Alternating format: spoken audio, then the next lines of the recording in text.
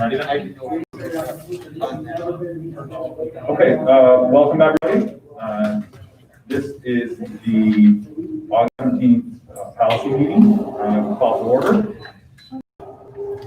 Start off with citizens' comments. Looks like we have 3 today. So the school code provides for a public comment period in each board meeting, subject to reasonable constraints. The practice of this board is to limit public comment to 3 minutes per speaker, to a total of 30 minutes at the beginning of the meeting. Speakers addressing the board are expected to maintain a reasonable level of civility. Also, personnel matters are sensitive and confidential. Comments regarding individuals should be respectful. Insults and defamatory remarks have no place in the setting. The board will terminate public comment if speakers cannot adhere to these guidelines. Please identify yourself at the beginning of your remarks. Ms. Penman will start off today.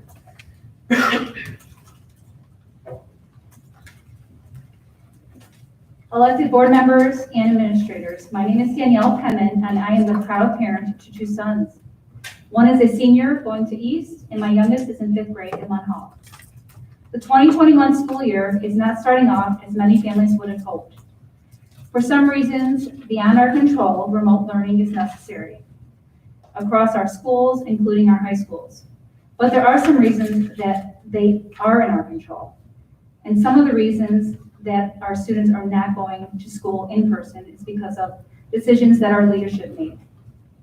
Parents were asked in late July to complete a survey to indicate what form of learning they would like for their students for the 2021 school year. The teachers were surveyed after the family surveys the following week. I'm sure it's at this point, the last week of July into early August, that our leaders came to the realization too late in the game that there was not sufficient staffing to allow our high school students the opportunity for in-person learning as they had elected. It was far too late to hire enough teachers for the additional staffing needs to fill those positions for in-person learning. This is a leadership failure. It's not the teacher's fault. The teachers were asked what they wanted. The teachers and the students are different in one way. The difference is the teachers got their choice. Our students did not. As a parent, taxpayer, and community member, I want to know exactly what this leadership is doing right now to ensure that our high school students can get back into their school buildings. Elected board members, what are you doing? What questions are you asking to ensure this leadership does not continue to fail our children? Health and safety are a priority for all students and staff. They are not an excuse for remote-only learning. Our district head nurse has done an amazing job to ensure our students and your staff stay safe and help develop and implement guidelines that require students and staff to wear masks. Classrooms and other building space have been modified to comply with social distancing, and equipment has been bought and installed to promote and ensure good hand hygiene measures. These actions, along with other guidelines, have been scientifically proven to stop the spread of the COVID virus. Our nurse in the district stays up to date on changes both locally and state. She refers to the CDC recommendations and our local health department. Students and staff are safer now more than ever. The measures that we put into place to help reduce the spread of COVID will also help reduce the spread of other viruses that also lead to illness, hospitalization, and death. Have you had other health professionals come into the district to speak to the teachers to try to calm some fears of your teachers and staff? It might be very helpful. There's a lot of great resources in our community, and I'm sure that there'll be plenty of people willing to help solve some of the district issues. The reason our high school students are not allowed to go to school is not because of health and safety issues. It's because of leadership failures. You plan poorly, and you do not take responsibility for your failures. You are doing detrimental damage to our students, educationally, mentally, socially, and emotionally. Please do better for our students. Start getting a plan together so that we can send our high schoolers to school. They want to be in school. 87% of the families in District 303 wanted in-person learning. Thank you. Thank you very much for your comments. Michelle Thompson.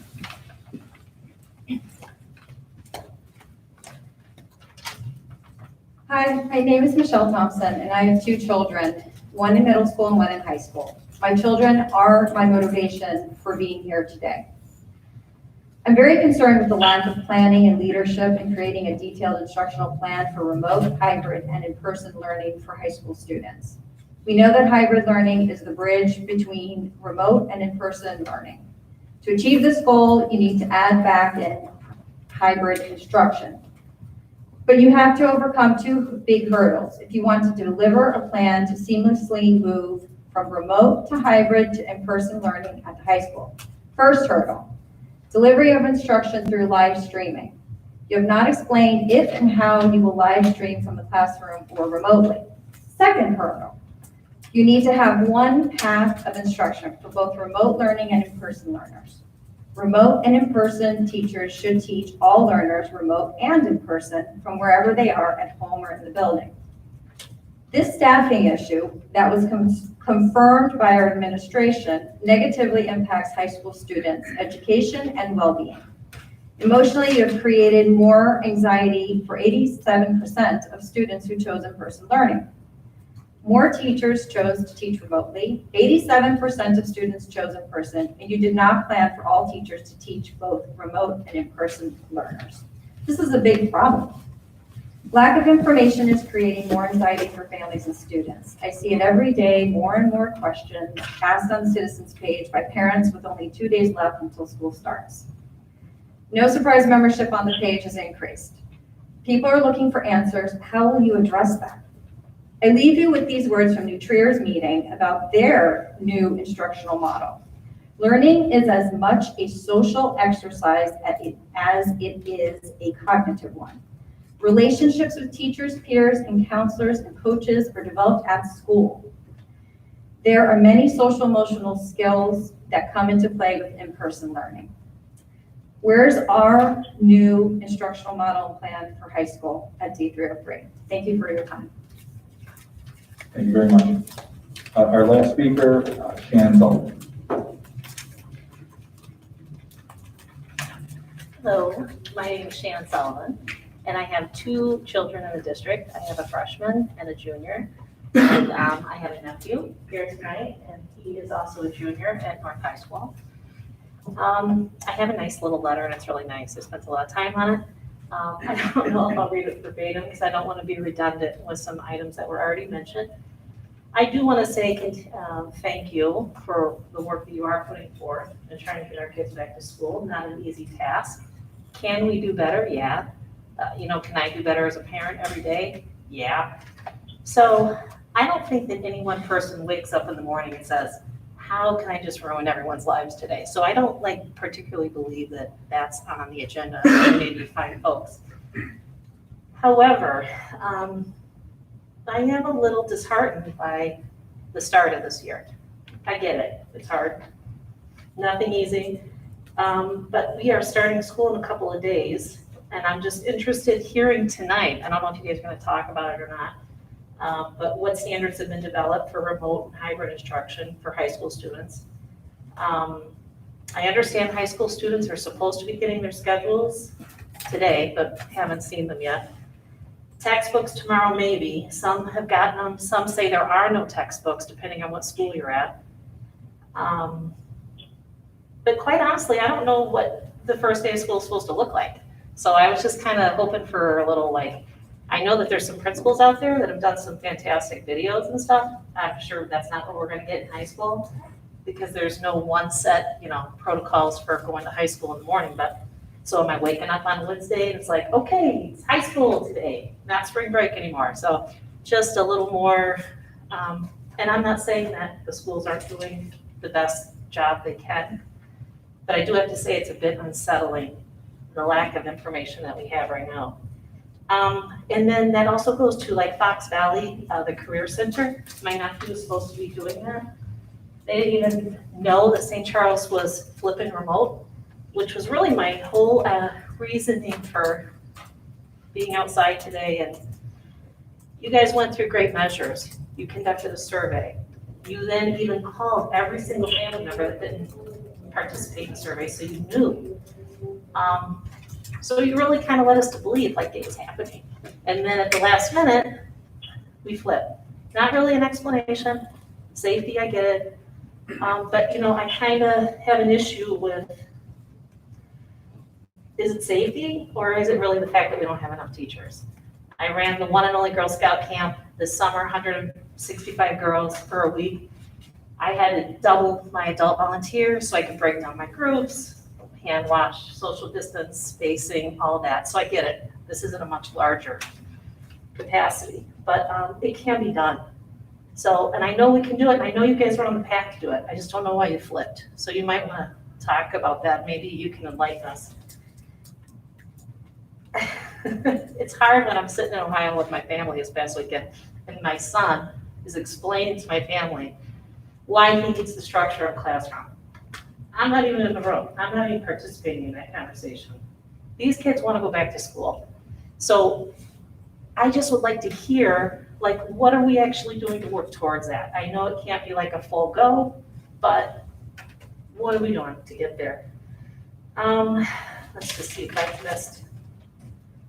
I've always done my part in this district. I think pretty much everybody in this room knows me. I've never walked into a building where I haven't given my all. I've volunteered in every one of the buildings my kids have been in. I believe you get what you give. I think that you have a lot of good resources in this community. It hurts, and it's kind of crazy because it feels like you don't really want what's out there. I mean, we could help, but this is like an all hands on deck kind of situation. So it would be nice if you guys really tapped in. If you're going to do a survey, make it count. I hear there's going to be another survey in September, but why do I think that you're really going to do anything with it, So just make it count. Kids are resilient, yes. I hate hearing that. Kids are resilient. They are. We'll get them through no matter what. But that doesn't mean that we should put them second. And I feel like our middle school and our high school students are being placed over here. We're strong in the K through 5. Great, good job, fantastic for all those families. But we're a K through 12 district, so we gotta balance that. A good friend suggested I watch the Nutria webinars. I've been watching them. And my only takeaway from them is this. Professional, thoughtful, positivity, spirit. They really partner with their parents. There's webinars. I just feel like everybody needs to leave their baggage at the door and move forward. So if we could just have some honest conversations, that would be great. And yeah, I think that's about it. Good luck. Get our kids back to high school. Thanks. Thank you. I forgot to mention before we start citizen comments, we have 2 people joining us from the phone today. Ms. McCabe and Mr. Eisenhammer from legal that will be helping us with our first agenda item, which then brings us to our first agenda item for discussion, and that would be policy 2105. Mr. Moore, you want to go over that for us? Yes, thank you. Tonight's policy meeting is a little different than usual. Typically, we go through a large number of policies and decide whether we want to adopt them or not, or if the state told us so. We will have a meeting in September to do that. Tonight's conversation is about 2 existing policies that have been on the table for discussion for a while and got pushed back once we couldn't have in-person meetings. So the first one is, as Mr. Bryan said, 105, the ethics and gift ban, specifically about the political activity portion. A number of board members have asked questions. So really the purpose of tonight is to ask our counsel, Mr. Eisenhammer, questions and try to come to a greater understanding of the policy. So I think the issue at hand, I think that a few board members have had is the political activity for maybe an example I can give would be a forum for candidates participating on school grounds. That there have been issues. Should we allow that? Should we not allow it? And I think we're just looking for some clarity on that. If our policy needs to be changed, kind of get everyone's opinions on that as well. So I think we would love to hear from Mr. Eisenhammer about any legal ramifications of this policy. I know Mrs. McCabe had a series of questions, so should we start there perhaps? Yeah, I think that's great. Okay. Ms. McCabe, do you want to start? Sure, thank you. Part of what I have is to just be really clear, so we all go into the next round of campaigning, knowing what we are allowed and not to do. Part of my question is that the school board member is not just a 9 to 5 job, it's a 24/7 job. So I've got a few questions with specifics, so maybe we can get some clarification. So simply, if I wanted to be involved in a local or a state or a federal office candidate campaign, as a board member, can I do that? The answer is yes. And I think it goes from the presumption, when you say, I mean, you are right, you're a board member 24/7, but you don't act as a board member 24/7. Just like the superintendent, you're a board member when you're conducting your official duties. So at this meeting, at a committee meeting, at a board meeting, at a probably as you go to a PTA meeting as a board member, those are when you cannot engage in political activities. Those are the times that you cannot engage in political activities.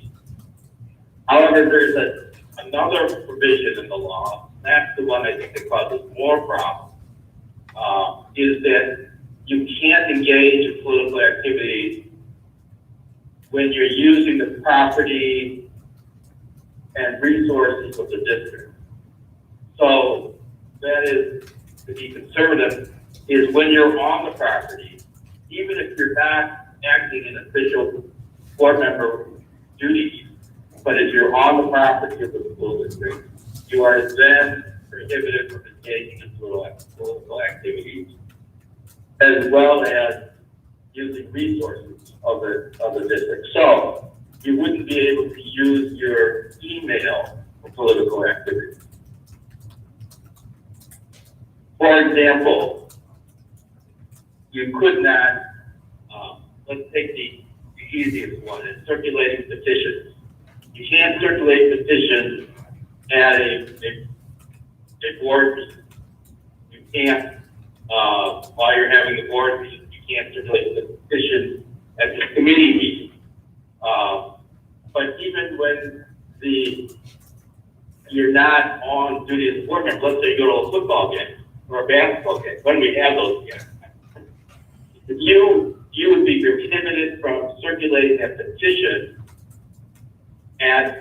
on the stand at a board meeting, at a football game, or in any area that's district property. Similarly, you can't send out campaign literature through your email to anybody. You could use your own email as long as you're not doing it during a board meeting. Okay? Mm-hmm. It's like silly that you would be emailing your board member. A lot of this was primarily meant for employees, that they would not be doing this type of political campaigning while they're on the job. So those are the two, before we get into what political activity, whatever political activity is, there's two things. While you're doing your official duty, or even when you're not conducting official duties, when you're on the property of the district, or using district property or resources. So you wouldn't be able to use district paper to send out a letter, just as you couldn't use the district email. Okay? Okay. That's, I think, pretty clear. So, yeah. So, going to the next thing, political activities, because then your next, you asked about advocating for a candidate or whatever. Or let's say you're advocating for everybody, that the governor puts sends out an edict for mandatory mask wearing. That's fine. And that's probably not a political activity that you couldn't advocate wherever you are, advocating on a political issue. However, if the state adopted a referendum on, or you did, on wearing masks, mandatory mask wearing, and that's a referendum open to the people, those other rules would apply. You couldn't do it at an ordinance meeting, you couldn't do it on district property, and so forth.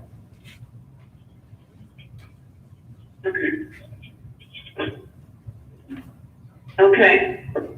So, one of my questions was about educational issues at the state or federal level. The school referendum is pretty clear in the policy, so can a board member as an individual campaign for or against an educational issue? You talked about masks. Is that That's sort of like that. The health issue.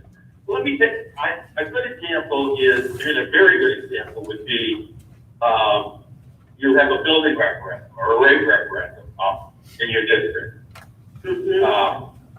Because there's special laws on that, which says that the district cannot put out literature about the referendum urging a vote in a positive way. So they would normally vote positive or negative way. You can put out information, a district can put out information about it, but can't urge voters to vote one way or another. Individual board members that does not apply to individual board members. Just as this ethics policy doesn't apply to that particular issue. So if you go out and advocate for, building referendum or a rate referendum as an individual board member, as long as you don't do it at a board meeting and you don't do it on the property of the school or use the resources, in that case, like email, your own personal email to advocate for or against the referendum. But every other way to do it, you could do it. So if there was a forum not on school property, you could get up there and certainly argue for it. You can have signs in your lawn. You can whatever, you can pass out literature. You can urge for it. You can also look for candidates too. So all of those examples, this is what I talked about. You are not muzzled on any issue involving the school district or referendum or political candidate. Okay, and so all of that applies to school board candidates as well. We could campaign, we could put signs in our yard as long as it's not on school property or during an official board meeting. Right. The other thing you can't do is what I would say is, which I don't think you even think about doing. You can't then get employees to do it on your behalf. Mm-hmm. You can't order an employee to say, you gotta help me put out signs for this other candidate. And I also recommend, and this is sort of a gray area, that you don't have employees sign your candidate's petition. Because someone could argue that you were coerced, even if they really wanted to sign it. Oh, really? Okay. Yeah. I know this is a gray area, this is a gray area, but I think to be safe, so no one can raise an issue about, hey, you were forcing employees to do your political bidding. You shouldn't use that as one circulating position, and I wouldn't even recommend a signing position. Wow.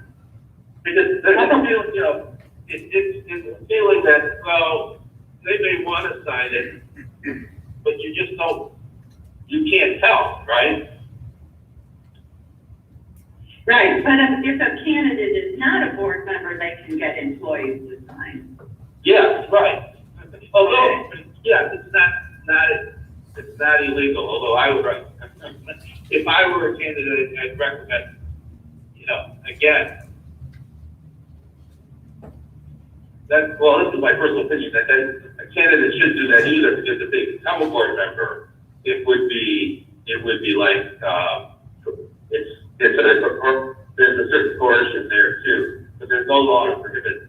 The same way that there's no law to prohibit a candidate who's not a board member from circulating a petition on school district property, let's say at a board meeting.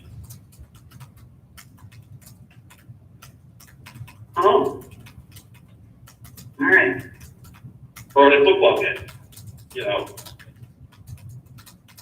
So other people can do it, but board members can't. Yeah. But on the other hand, you could have a friend, not you personally, but hopefully you do have a friend, not you, but the candidate a board member has people who support them, who would circulate the petition, their petition at the football game. That's legal. You can't do it, or you can't make an employee do it. Okay. Luckily, you only need 50 signatures. You only need 50 signatures, right? Yeah.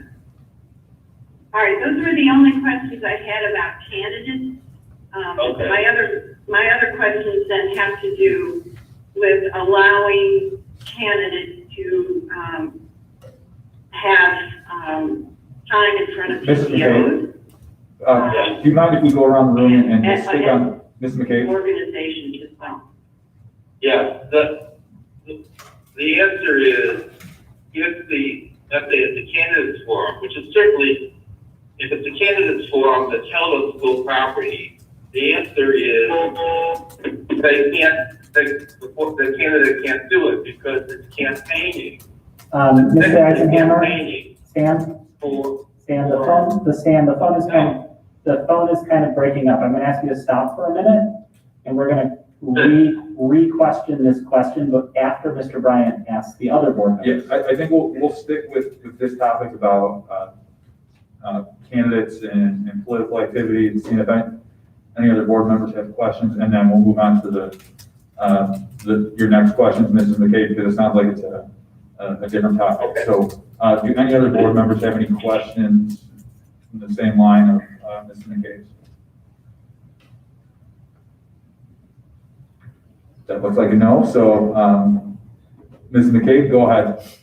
If you can pose your question again, because it didn't really get picked up.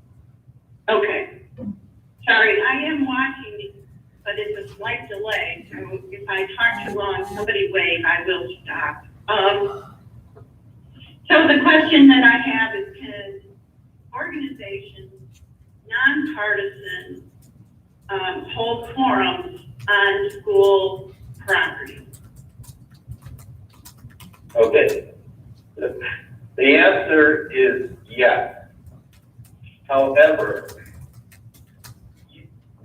a board member who's invited to speak at this forum is prohibited from speaking because he's campaigning on school property.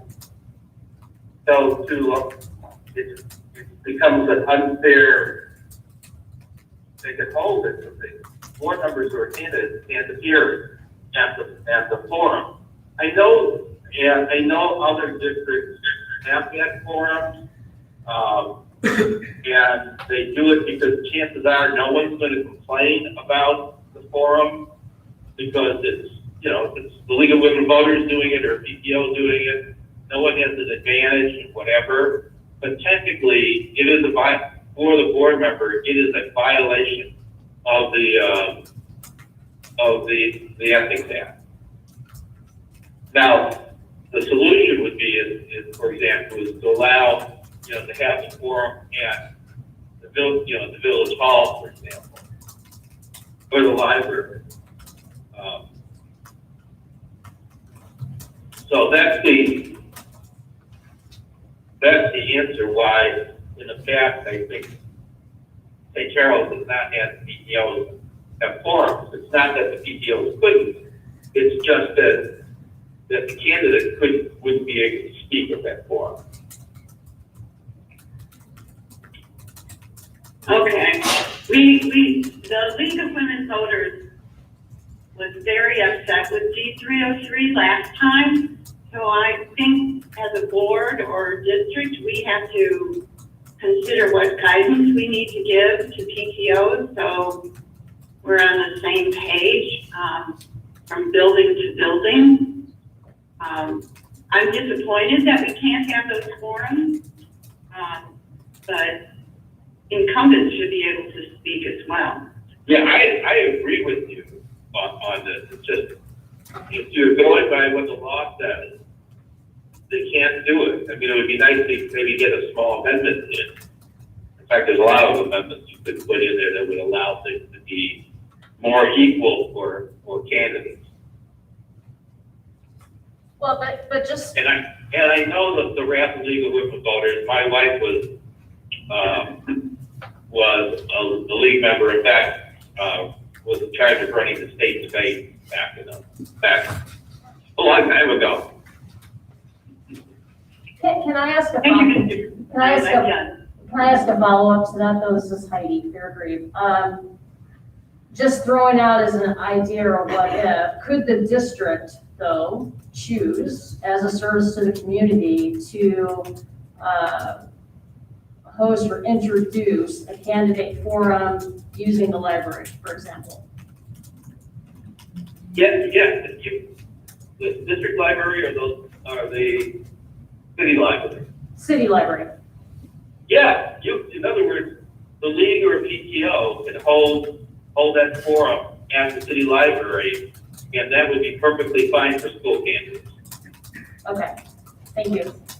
Can I just ask, if we can clarify for people who may not be completely aware, what the objection was that the League of Women Voters had with D303, or with candidates for D303 perhaps? I think they were angry that they were not able to use district resources or a building when many other surrounding districts were allowing it.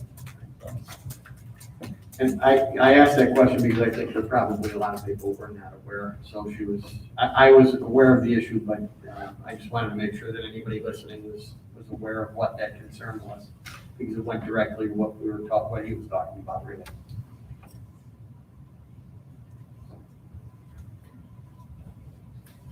Any other questions on this? As long as we're talking about this, I'll ask the opposite question. Could a organization hold a forum on district property for some other elected body, like the library board?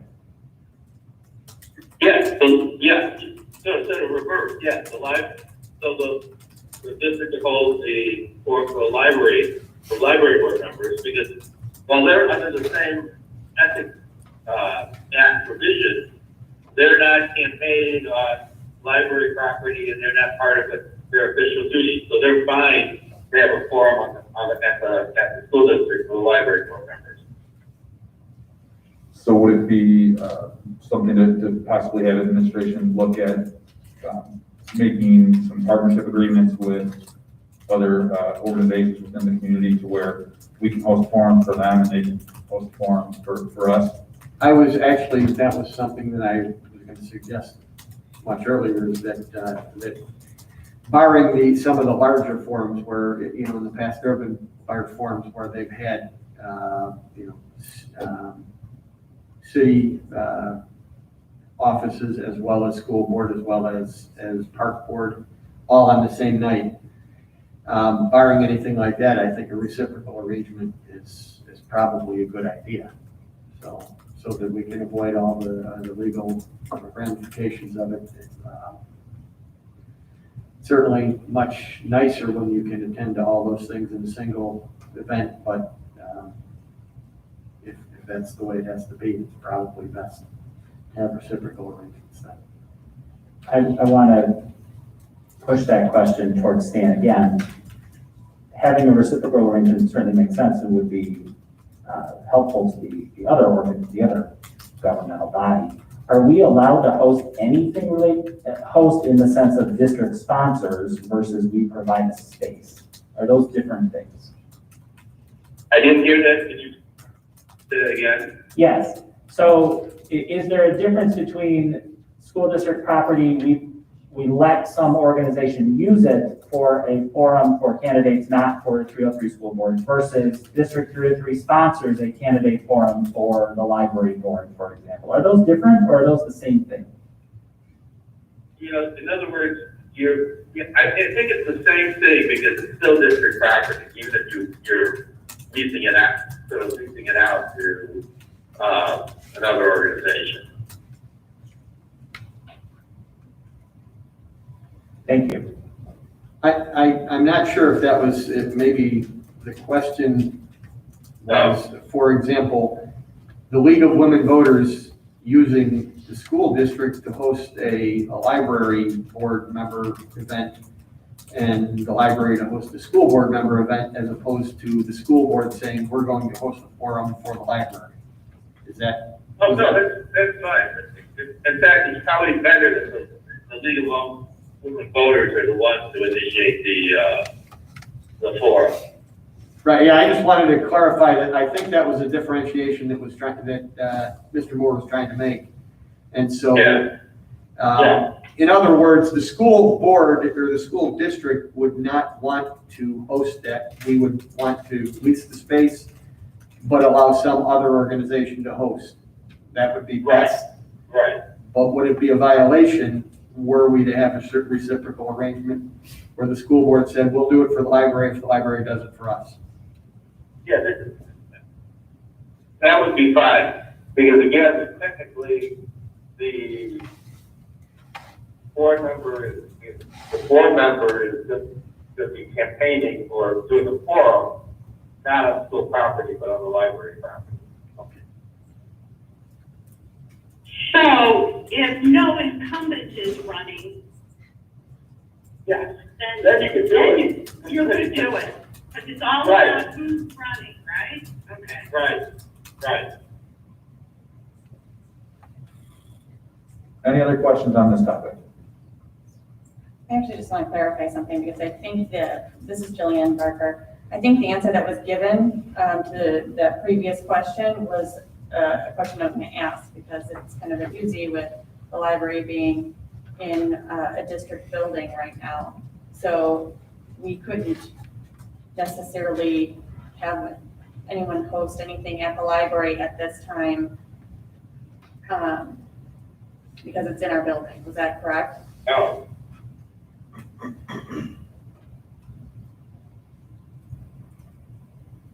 Okay, replace the library with the city. The library is the city library, but right now, because of the So I know, construction. but if you do it at the village hall, if you were holding it, the city is hosting it at the village hall, that would be okay. Any other questions?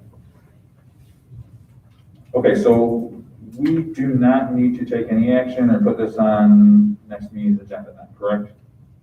Awesome. That's correct. All right, then that will take us to our next policy discussion.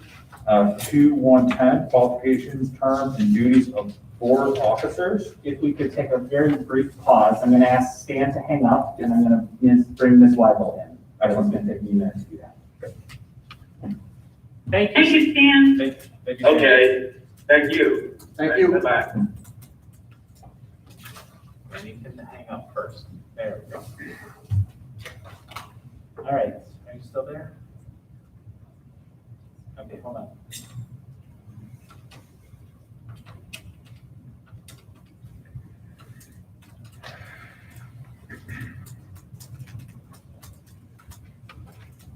Hi, we're ready. Hold on a moment. You can join the meeting, ladies, okay. Hold on. Okay, I think we're back with Ms. Weigel and Ms. McKay, is that right? Yeah, I'm here. Okay. I'm here. Hi, Mr. Weigel, thank you for joining us. Yeah, no problem. I do have one quick comment, actually. I have a question, actually, follow up to that, to what you guys were just talking about. Yes, go With ahead. the library, just a thought that Mr. Moore could look into at a later date. If the library would be considered technically its own entity, since they're under contract. Just a random thought I was thinking about as I was listening. I will work on that. Okay. Thanks for having me. Okay, so as I said, we'll move on to our next policy discussion, 2.110, qualifications, term, and duties of board officers. We were going to be discussing the length of the terms of board officers. And currently in our policy, it has 1 year. And I think it's a good idea to get some ideas and thoughts from the rest of the board as to, you know, is that the appropriate term, or should it, I know a lot of other boards have 2-year terms for their officers, so if anyone has questions or comments, feel free to jump in. Or Mr. Moore, do you want to add anything to that? Just a note that this is one of those areas where it is your decision. The code allows either method. So you can have 1-year terms or 2-year terms. They, of course, cannot exceed 2-year terms because the board changes every 2 years. And I presume we would not, if you chose to go to 2-year terms, that would take effect after the next election. Thanks, Mr. Moore. I'm gonna jump in here, Mr. Bryan, if that's okay. Yep. This is one of the things I had mentioned at one of our meetings, I believe, several months ago.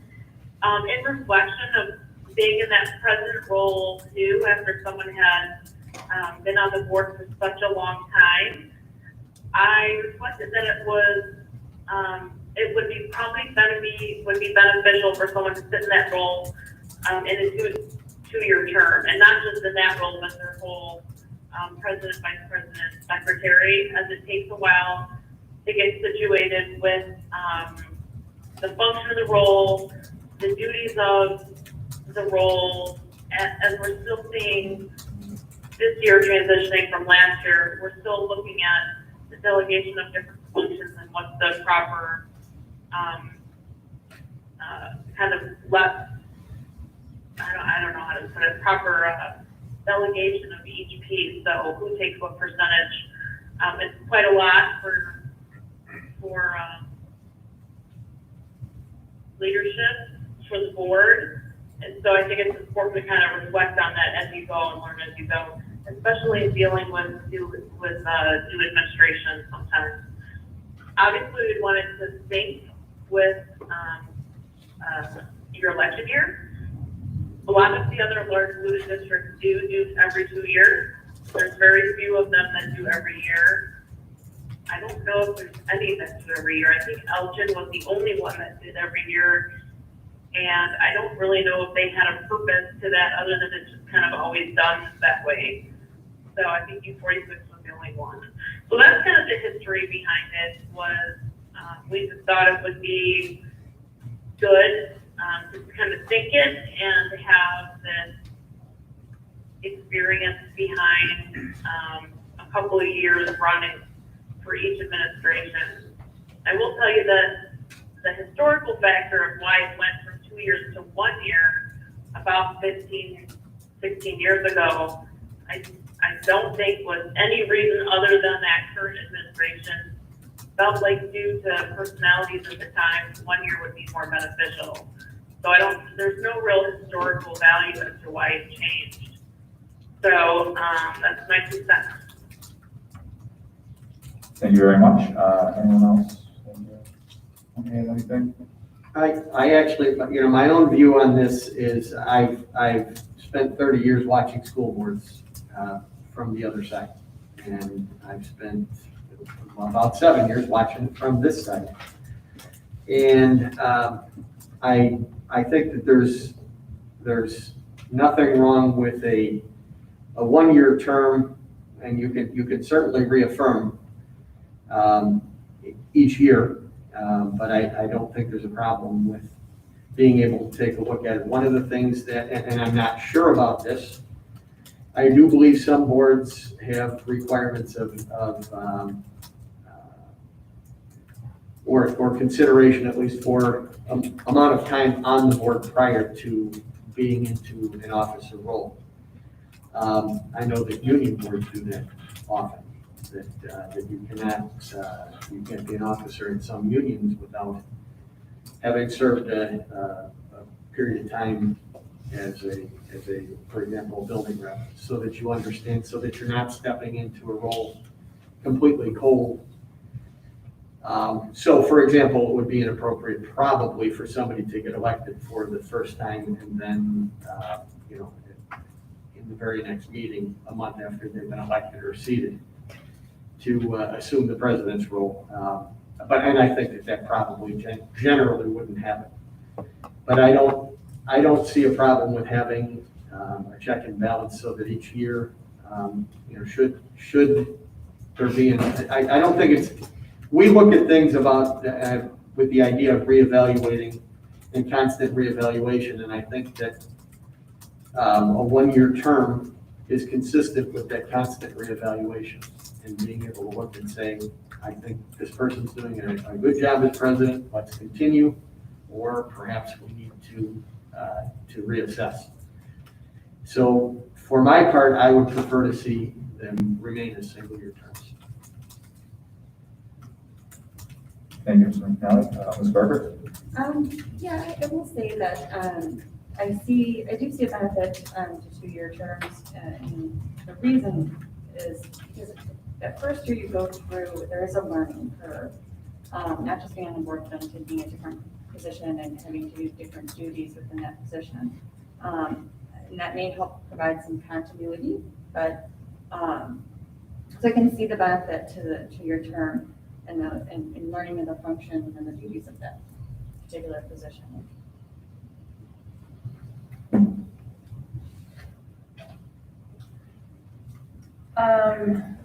From my standpoint, I would be supportive of a 2-year term. Similarly, I think there needs to be an opportunity for growth in the role, and I think especially in the presidency, it can be a difficult role to master in 1 year's time.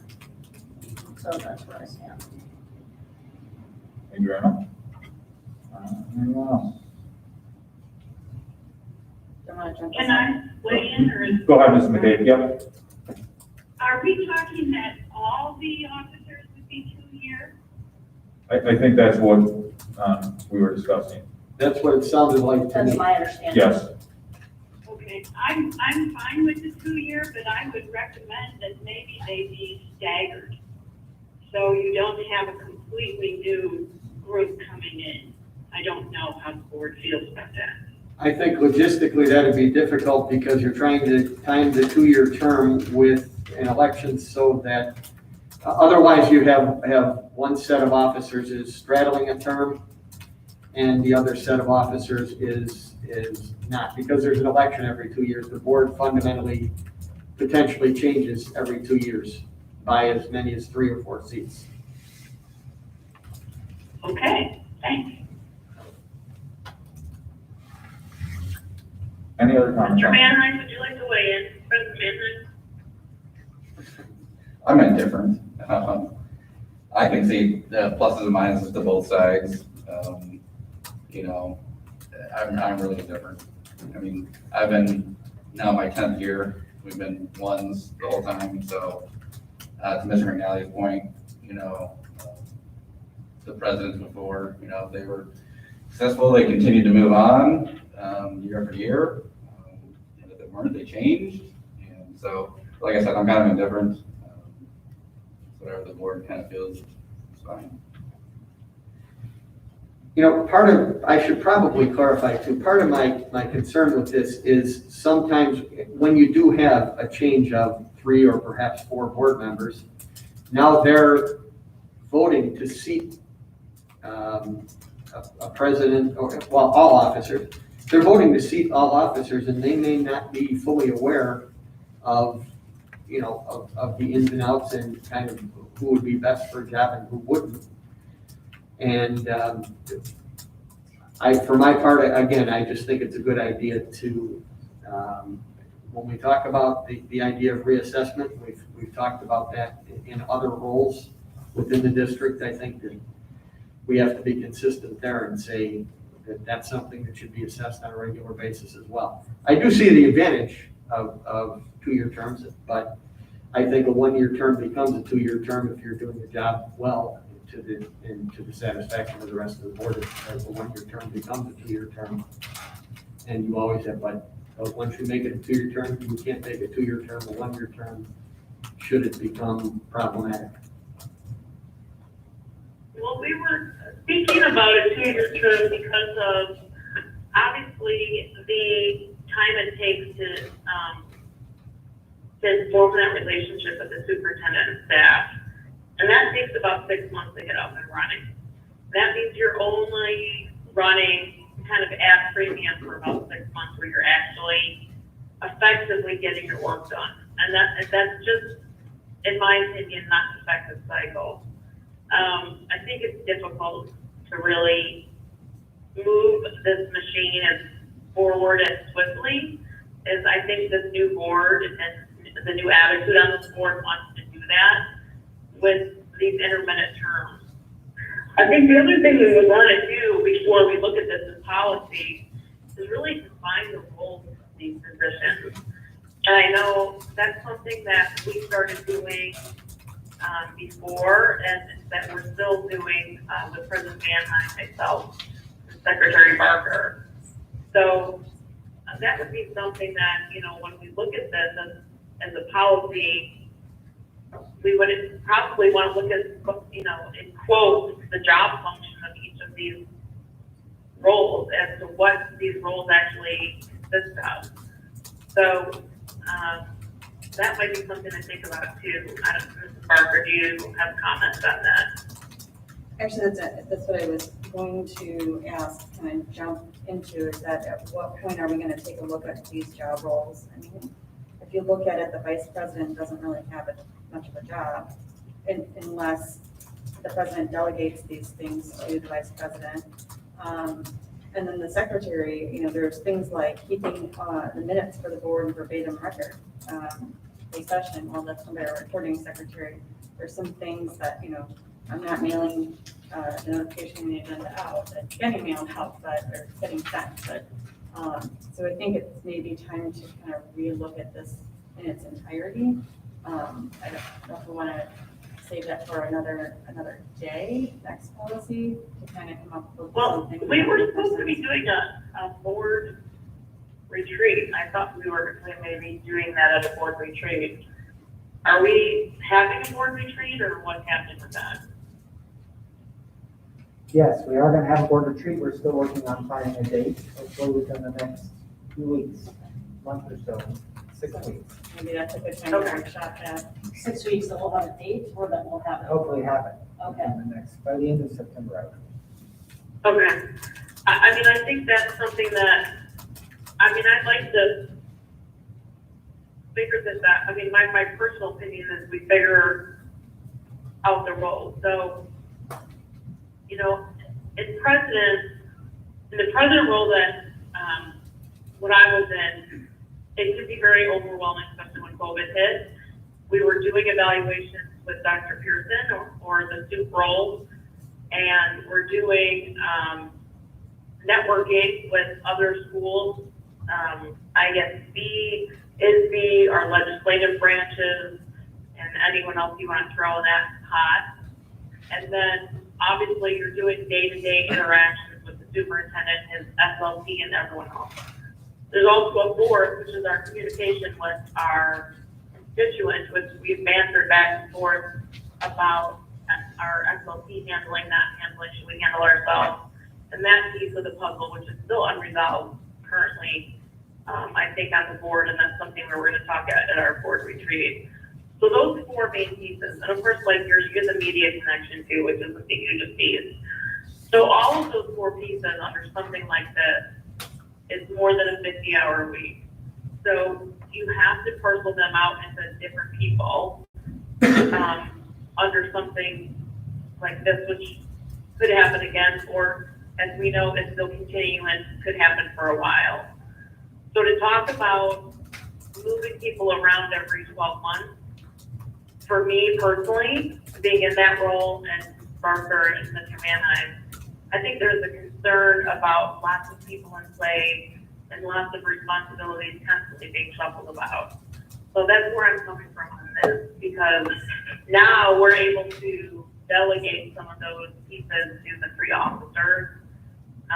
Whereas I definitely from March to June was a little bit of a struggle before the delegation was kind of the same. So I'm just being frank, putting it on the table and talking about kind of where this is stemming from and why it needs to happen in a frank discussion, and it's not just about voting and how they're doing what they're not. Let's just talk turkey and talk about how much work it is. It is not a 10-hour-a-week job. No way. It's not happening that way right now. Every president we talk to, and we talk to them weekly, they're putting in 40 or 50 hours a week. It's not stop. So we just want to get realistic with what these positions are in charge of right now. You know, I think Ms. Wiley, you make very good points, but I guess I would also say let me back up. I think it's always good to reevaluate the duties of each of the functions. I don't know the last time that's been looked at, so it's certainly worth the discussion. I would just say, though, I don't think that we should be adjusting the functional responsibilities based on the current environment. I think we need to look at it through a broader lens, because this, hopefully will not be looking like this 12 months from now, for example. I also think it would be worthwhile to consult with IESB and get their perspective. And I would just say from my experience in discussions with them, they would probably say it's unusual to be 50 hours a week. So I think it's worth having that discussion and their expertise. I don't disagree with Fairview. I do think if you consult with them about the 1 year, 2 year, they have given consult that having a 1 year term is very unique. Most of their presidents are 2 year terms, especially in Luda's, versus that workload conversation. But their presidents have the longevity of usually 2 year terms, especially in districts of our size. Yeah. So I think that's a good idea, but I think it's a good idea for President Manheim or someone to definitely consult with them again as to what they're seeing. But I think the answer would be the same as it was probably last year, that they're seeing 2 year terms. Well, and as I stated earlier, I'm supportive of a 2 year term. My comments are really directed at the job responsibilities. Yeah, I'm I gonna think jump we in should on look that at as those. well, that I think that I'm talking about somebody who's been in the education field for 30 years, and I've dealt with a lot of boards and a lot of, and I think it's an unusual thing for a president in a typical year to do 40, 50-hour weeks. I just don't think that's realistic, given that, we've had, for example, Steve Burke-Sperling was president of the board for several years. I know he wasn't putting those kinds of hours in because he had a full-time job that required him to put considerably more than a regular full-time job in. He wasn't putting those kinds of hours in. So I don't think that's typical of a board president, certainly not in typical times. And I don't think we need to be kind of reassigning roles right now based upon unusual times. We need to look at roles based upon what is a typical and what we expect to be typical for the future. I don't know if we can reasonably expect anything to be typical, but I do hear what you're saying. Yeah, so what I'm hearing here is I think the majority want to take action on a 2-year term for officers. And then maybe just table the responsibilities to a later date. If I understood, we wanted to discuss the roles first. I think that was what Ms. Parker said. You maybe discuss. I thought, okay, At some point, And- I would assume. yeah, I thought at some Good point. idea, because I feel nervous about Yeah. acting as a local election official. Yeah, so I think that, I personally would like to clarify what those roles are gonna be. If we're gonna make some sort of fundamental change in what the roles are, that might make a difference in how people feel about the elected terms. Yeah, no, I think, to Mr. O'Malley's point, and if we're talking about maybe addressing these at the board retreat, we still have time to take action on a 1 or 2 year term before the next election. So I think that probably would be the most prudent step, is to talk about those roles and then take action in the coming months, because we still have time until the next election, so. Okay, so we'll discuss the roles at the board retreat and then decide what we want to do with the 1 or 2 year term. Right? I'm fine with that. I'm comfortable with that. I think that would be the most prudent way to approach it. Ms. McKay, Ms. Weigel, you okay with that? I agree, I'd like that at timeline. And I'm sorry, it was difficult to hear, you said review it at the board retreat and then take action on it, afterwards? If necessary, if needed, yes. Yeah, because sometimes before, I heard Nick say before, we have time before the next election, is that right? Correct. Yeah, that's fine. Okay. That, I think, ends that discussion then. But I would like to just note that I do think the majority of us talked about a 2-year term. So I want everyone to just remember that that is a discussion piece that went on here today. I'm happy that we're gonna have a discussion of functions. I do think they're overdue. But what I heard today also was that you are looking potentially at a 2-year term, at least from the way people spoke. So if that is not your clear intention when you're speaking, take note of that for next time. I think the concern is that we vote on a 2-year term and then we change responsibilities of these officer roles. And I appreciate, and I'm saying that's fine, we want to make sure the function's correct, but I just want to make sure people are speaking clearly about their intent, and I appreciate Mrs. Barker and Mrs. Fairgrave doing that. So I just want to make sure when we're talking about it next time, people are clear on their intent. Thank you. So then we will, I guess, have a discussion at the board retreat on responsibilities and duties of officers. And I do not believe there's any new business. Any citizen comments? There are none. Then we will adjourn at 6:09. Thank you. The next policy meeting will be concurrent with learning and teaching on September 21st. Thank you, Mr. Moore. Thank you.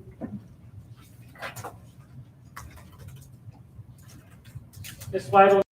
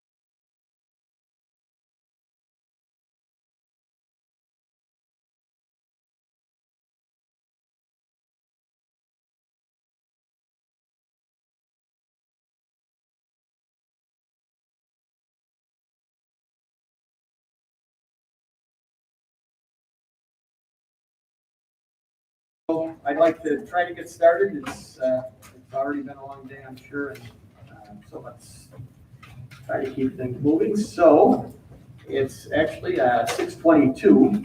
So I'd like to call to order the Learning and Teaching Committee meeting for St. Charles Community Unit School District 303 for August 17th. And to start with citizens' comments, we have none. Superintendent update, defer here.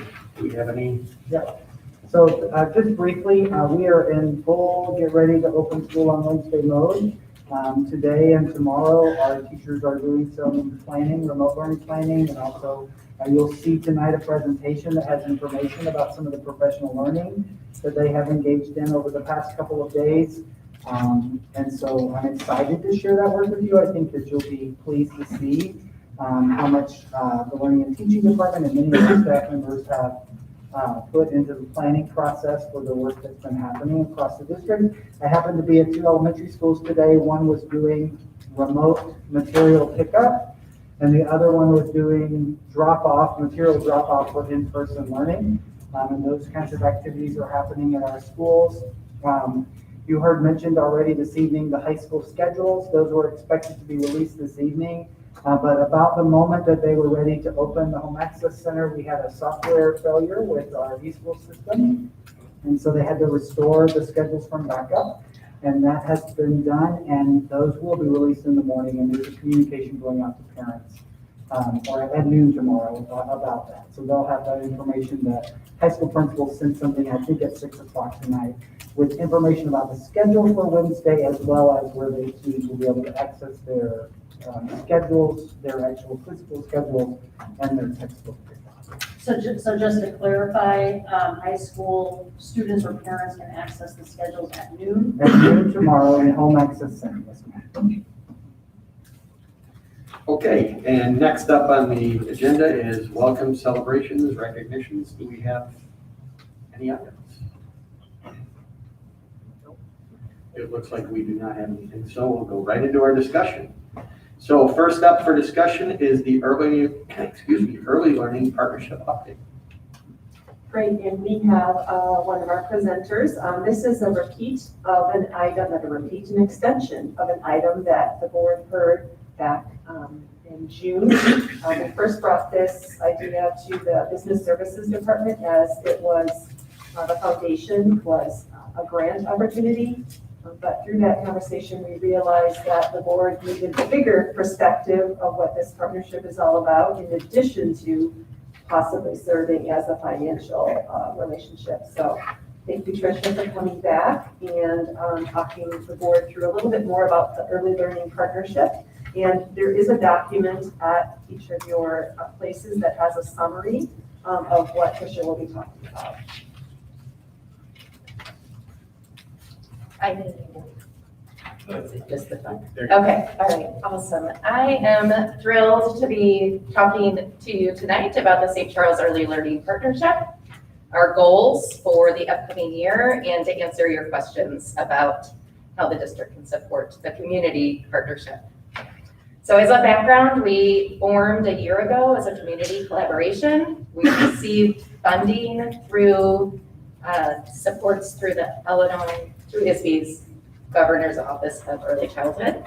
And we had critical coaching and technical assistance as we formed the foundation of our partnership, which at this stage is a leadership team.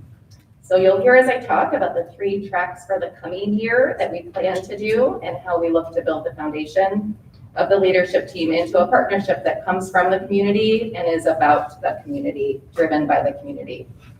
Our goal is to focus on early learning, and in order to create positive outcomes for families as well as our community.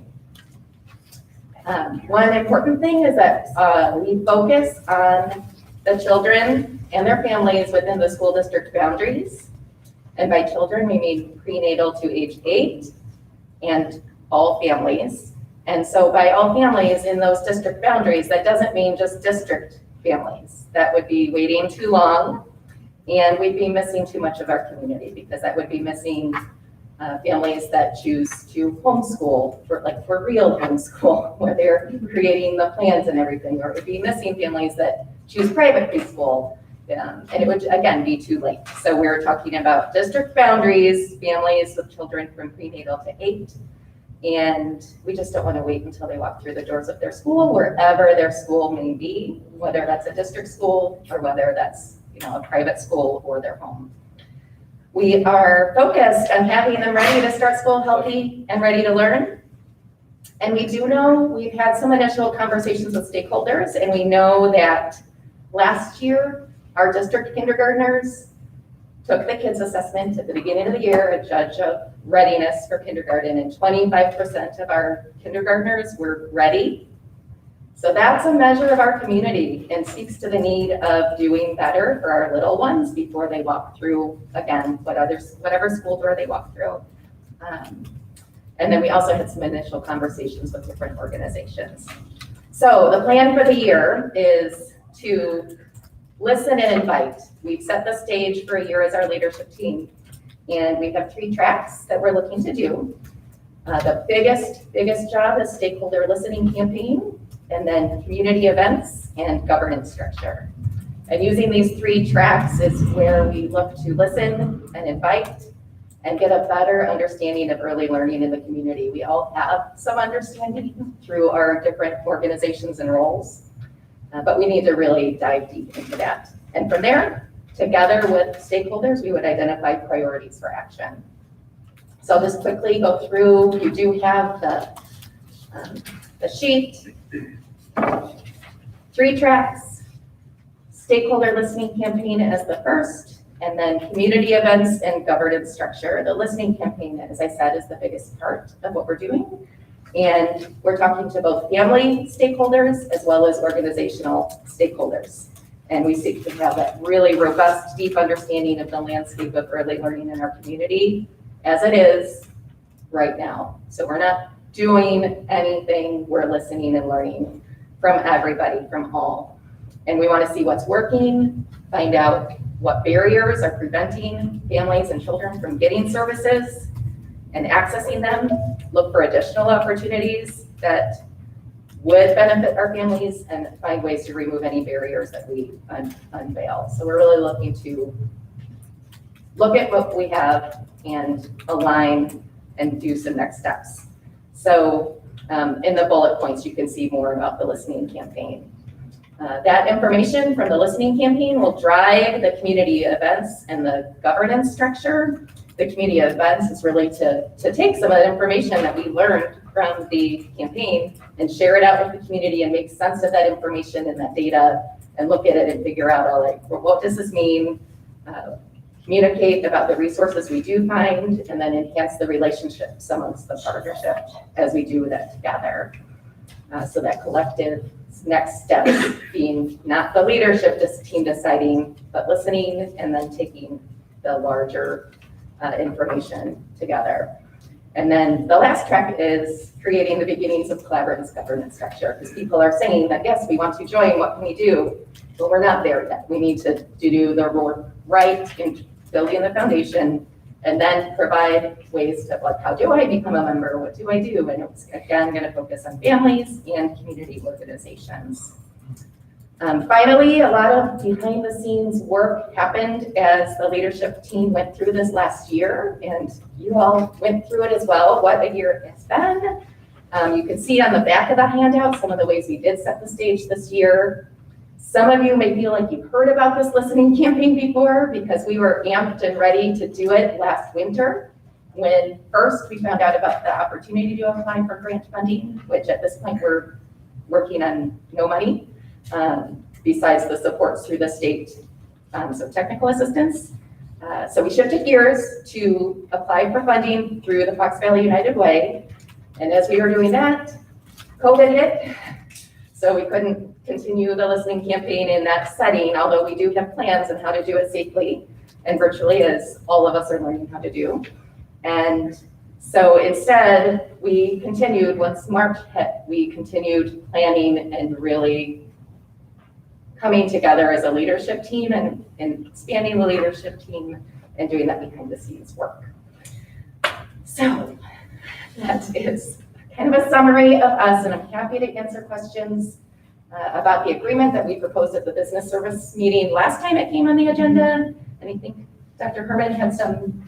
Right, I also could speak briefly to some of the benefits that D303 has when we do participate in partnerships such as this, in terms of non-duplicating efforts with some of our city and private sectors. When we pool our resources together and work in collaboration, we not only are eligible for more grants, but we also can use our expertise to serve more students when we're working in a cooperative way. So I wanted to make sure that tonight you understood that the partnership really is driving this work and our opportunity to partner with other agencies. The grant and us being the funding agent really was a more technical part of our relationship, because as a new organization, they couldn't qualify to receive the grant.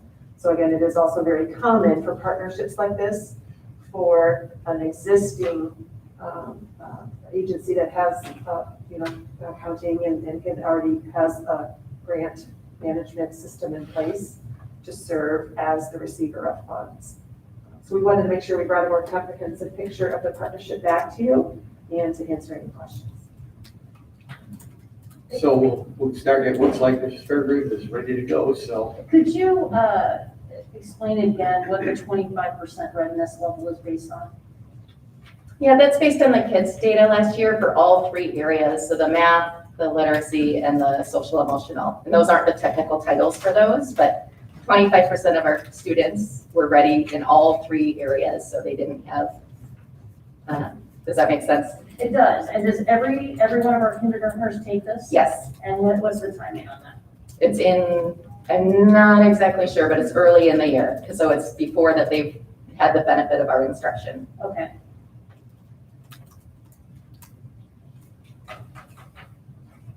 Anyone else, questions, comments, thoughts? Mr. McNally, I have just a couple. Absolutely. Ms. Thank McKay? you for the explanation. It's been helpful. There's some misinformation out in the community about it. So it helps for us to be really clear, so we can make sure folks know. So this is, when we talk about a partnership, we're not talking that our staff is going to not participate in what we expect, and the partnership's going to pick up the roles that we hold. Is that a fair analysis? Yes, that's correct.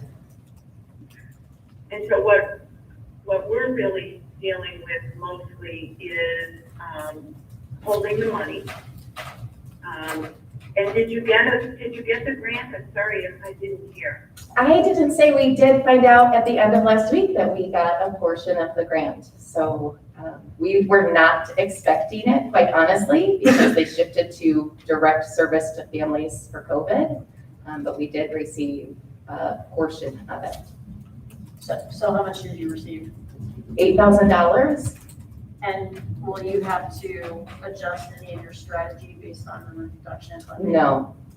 So that would, the idea of the way that we wrote it was that we would continue with this plan with funding or without funding, but with funding, it would speed things up. Other, And go ahead. Mrs. McKay, go ahead. because I had just one more question. I wondered if we could, if the board could get updates periodically, or even in the superintendent update or something, so we can see how things are working together. Yes, that's a great idea. We can definitely provide updates. Thank you. Are there any additional fees or costs that the district would incur by going into this partnership? So, not there, you know, in the language of the survey about the accounting aspect, and that we talked about at business services. So that's the only area in the agreement that there would be any cost. Do you have any idea whereabouts, how much that would be? In our conversation with Seth, it was minimal. He confirmed that again this afternoon, that the amount of additional labor for his team to run this very small, simple budget through would be almost negligible. He felt very confident they would be able to do it with ease. Mrs. McCabe, were your questions answered? Yes, and I think it was Mrs. Barker followed up with questions as well that helped me. Thank you. And Mrs. Weigel, did you have any? We lost Mrs. Weigel on the. Ms. Bible left the meeting about 3 minutes ago, and she's going to watch the rest of it on the YouTube feed. Okay. All right, the one question, and this has sort of been answered, but I've been asked this question by a couple of people now, so it's a question kind of that, at best I can relate the question there. What percent of this is grant funded and what percent is district funded and what's the total cost? And it's sort of been answered, but. Yes, so right now it's funded by the district at 0%, and then the district funded aspect would be the negligible, you know, Hard one. that we talked about for the accounting. So, and I just wanted that to be clear because that's, I think, what some people had concerns about. They were worried that all of a sudden we were going to commit ourselves to something, and everything I had heard, that really wasn't the case, so. Okay. Any other questions, concerns on that item? Mr. McNally, if I could just mention 2 things that I don't want us to miss in this conversation. First of all, I want to just thank Tricia and her team for bringing this idea to us and realizing that aligning resources across the community really does strengthen the services that we can provide to children and families in our community. Secondly, I think it's also important to note that as a district, we already have some responsibilities that this partnership will help address. Those of you that are familiar with some of our federal grant obligations, we are responsible for child find, which means that we're supposed to be identifying students prior to them coming to school that might need to access needs, particularly for special education services. So although this is not child find specific, it is some of the kinds of programs and services that we can use to help support some of our families in the community that meet some of the requirements of that process. So it's good that our team has come up with aligning some of those resources across the community. So I'm really appreciative of the team for doing that and for applying for the grant. I think the other grant piece that people need to realize, because early learning and early childhood is a priority for the governor and for the state, and also at the federal level, there seems to be a lot of additional money that's being provided to programs related to early learning, but often a grant window is really short because they realize that they have money that they can appropriate, or there's an opportunity at the end of a budget year to appropriate funds. And several times, if you remember, we purchased some playground equipment on a grant with last minute notice for early childhood. So having a organization or a partnership like this that is already kind of an umbrella service agency would allow us as a district to maybe access some additional resources for our community in some of those structures that already exist. So I think that that's another piece that I don't want us to miss as part of this conversation.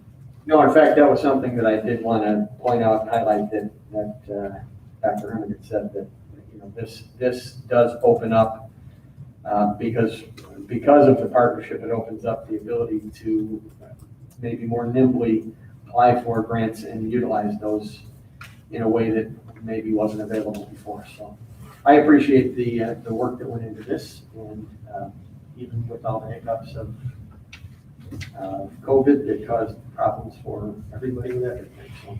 I have one more follow-up question. Sure. Mr. McNally.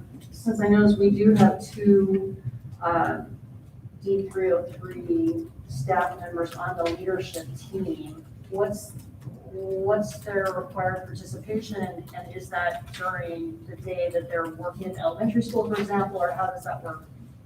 Yes, so we do have leadership team meetings that are during the school day. They're during the work day, so also our representative from the library is during the day. And it just becomes part of something that we do. but it doesn't take away any other responsibilities that we're already doing. So it's a volunteer type thing, if that answers. How often do you intend on meeting? I can't remember. We meet once a month. Okay, Mhm. all right, thank you. Mhm. Okay, any other questions, comments, concerns? Okay. Then next up on our agenda is the multi-tiered systems of support update, MTSS update. Thank you. Thank you. Thank you very much. Patty Pelagi is going to join us at the table.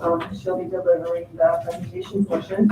This was an update already scheduled last year, and I think it's been an annual presentation to the board since we put a very structured timeline in place for the implementation of MTSS, multi-tiered system of supports. And I know it also is one of the structures that's very wedded and combined to the board goals that you set last time you were in this room. So you'll see some of the information that we're talking about, some of the assessments that we'll be using in MTSS are very clearly aligned to some of the measures that the board will be using to articulate its attainment of the 2021 goals. So I'll turn it over to Ms. Kalashi, and she'll get us started with the presentation. Wonderful. Thank you so much for having me back. Tonight's presentation will provide an update of the work of our MTSS committee, and it's for information only.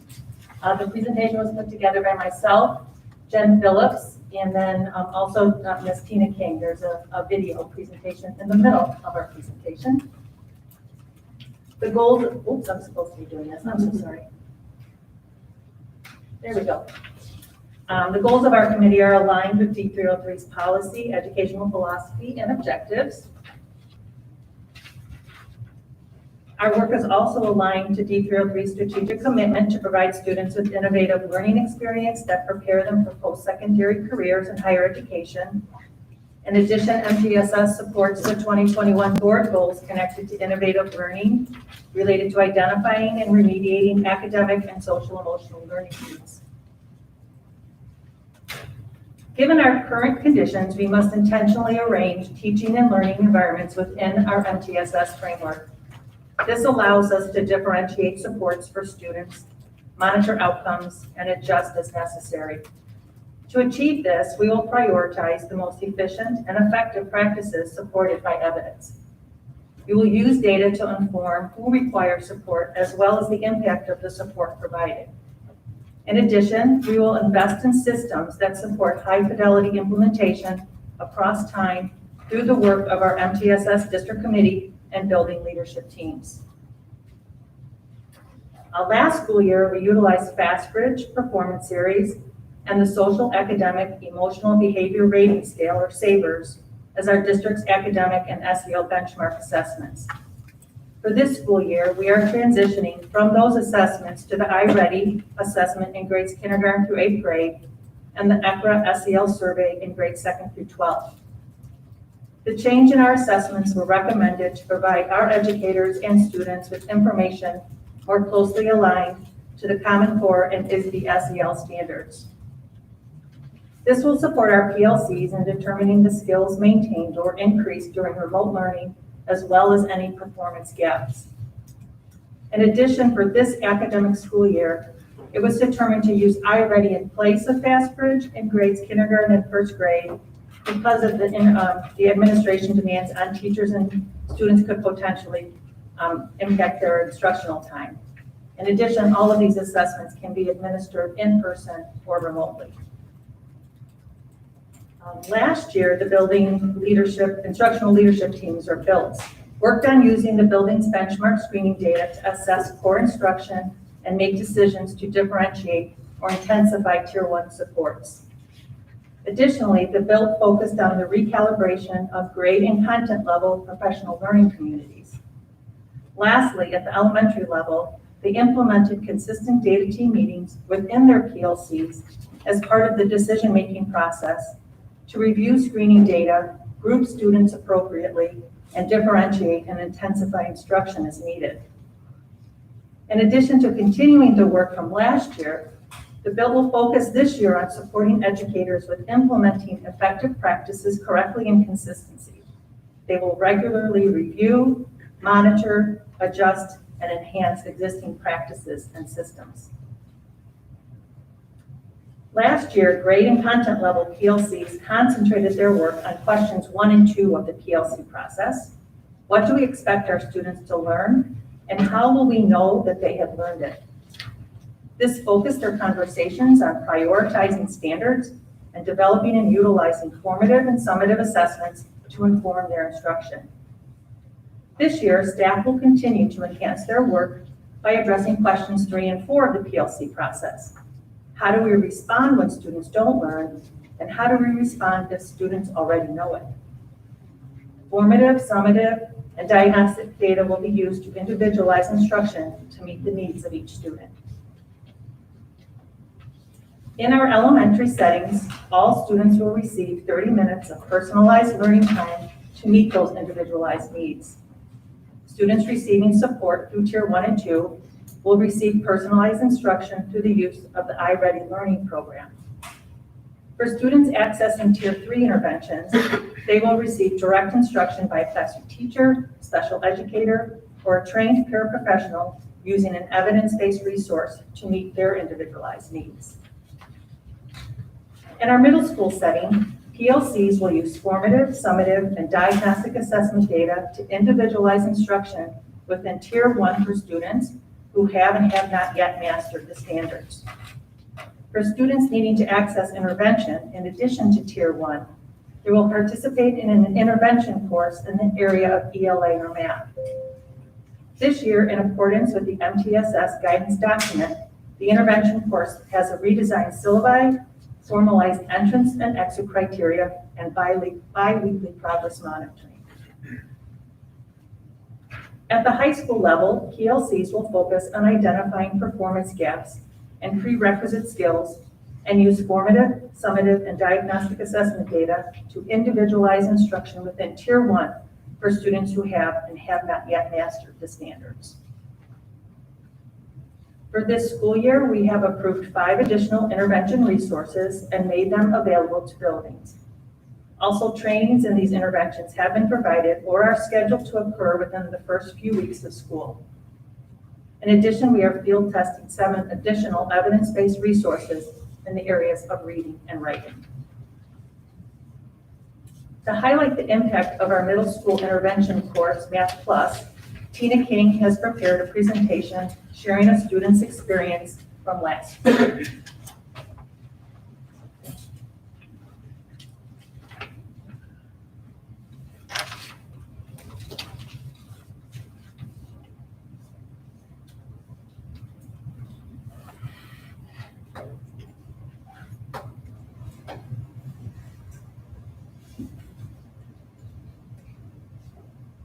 Hello, I'm Tina King. I'd like to share a data story with you about middle school math today.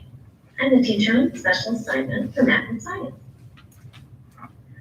So I'd like to tell the story about an 8th grade student who started the year taking both a performance series assessment and an iReady diagnostic assessment as part of our pilot study last year. The student started the year with a scale score on iReady of 462. Well, what does that mean? That means that the student was below grade level, so not approaching the grade level standards to be ready for 8th grade math. You can see in the green here to be on grade level, really ready for 8th grade at the beginning of the year. The student would have to score 518. And then iReady gave us a prediction with some targeted intervention and support. The student could reach a stretch goal of an additional 35 points and be closer to grade level standards. So in addition to this diagnostic information, we knew the student was between the 11th and 29th percentile and needed intervention. But what specifically did the student need to learn? iReady was able to drill down and give us some domain-specific information about the student. So while the student was behind grade level, where did they need to work the most?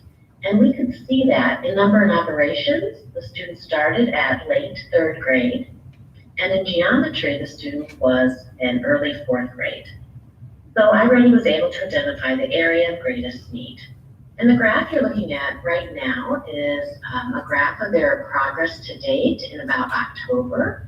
So from the end of August to mid-October, we can see the students starting in numbers on operations and making some significant growth, progressing almost an entire, or actually more than an entire grade level in numbers and operations.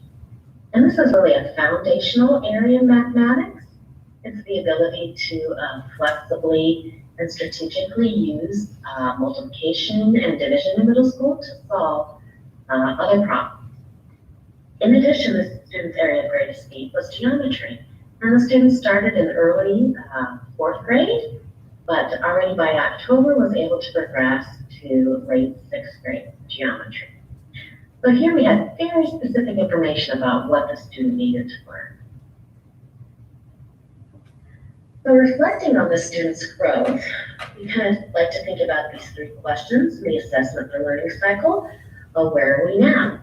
We had specific diagnostic data about the student's abilities, that the student was below grade level in math, and we knew the areas of greatest need, number of operations, and geometry. We knew where we were headed. We knew the goal was to get the student to 8th grade skills level so that the student would be college and career ready and also ready for high school at the end of 8th grade. The question is how to get there. So we enrolled the student in a Math Plus class, a targeted intervention where the student would receive a daily math intervention with a content expert. The student also worked on iReady and the personalized pathway and the digital platform to work on her areas of greatest need. And the student participated in this way on iReady at home and at school for over 17 hours during the course of the semester, approximately 1 hour per week. And then the teacher in Math Plus led students through differentiated lessons. Students worked in small groups and also individually with a teacher in rotations to work on their areas of greatest need. And then the student participated in a standard level 8th grade math class where they worked on grade level content. So how did we know how things were going? How was the student doing during this semester? So using the growth monitoring tool in iReady, we can see how the student progressed each month. So starting with the diagnostic assessment in late August, you can see the scale score of 462. And then approximately a month later, we are already starting to see some growth in the student. And every month we have these little monitoring checks. So you can see November continuing to grow, and then our mid-year check-in, the second diagnostic. And we see tremendous growth from the student from 462 to 511 in the scale score, which is 49 points of growth. And now instead of the student being multiple grade levels behind, we see a student that is approaching 8th grade standards. In the mid-year check, we also have some more specific information on the student. So you can see in a graphic form the information I just talked about from 462 to 511, or approaching 8th grade standards. And going back to those domains, you can see the tremendous growth that was made in number and operations. Remember how we started at late 3rd grade? Now the student is approaching and at 8th grade in number and operations. We can see that in algebraic thinking, the student is at 8th grade level. In measurement and data, we're getting close. And in geometry, we're still working. That still is an area of need for this student. But you can see that the student has exceeded the expected end-of-year growth in only 1 semester. And then additional evidence that corroborates the iReady data is the performance series assessment. So at the beginning of the year, the student was measured below the 29th percentile, and that's how she was targeted for intervention. And then we can see at the mid-year check-in with performance series, the student scored in the 44th percentile. So this is a success story. It shows the efforts of both the student and the teacher. The student worked very diligently with the iReady software platform, over 17 hours of work over the semester. And the teacher used the data available to meet the students' needs and target small group and individual instruction for the student.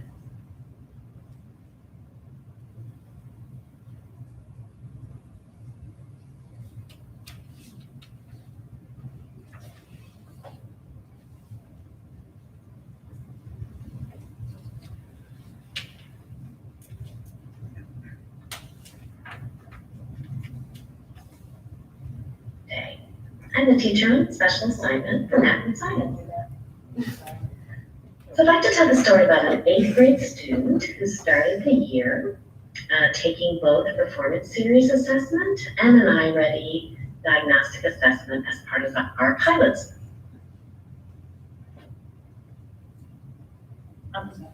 You'll see the slide in a minute. Yep. Okay.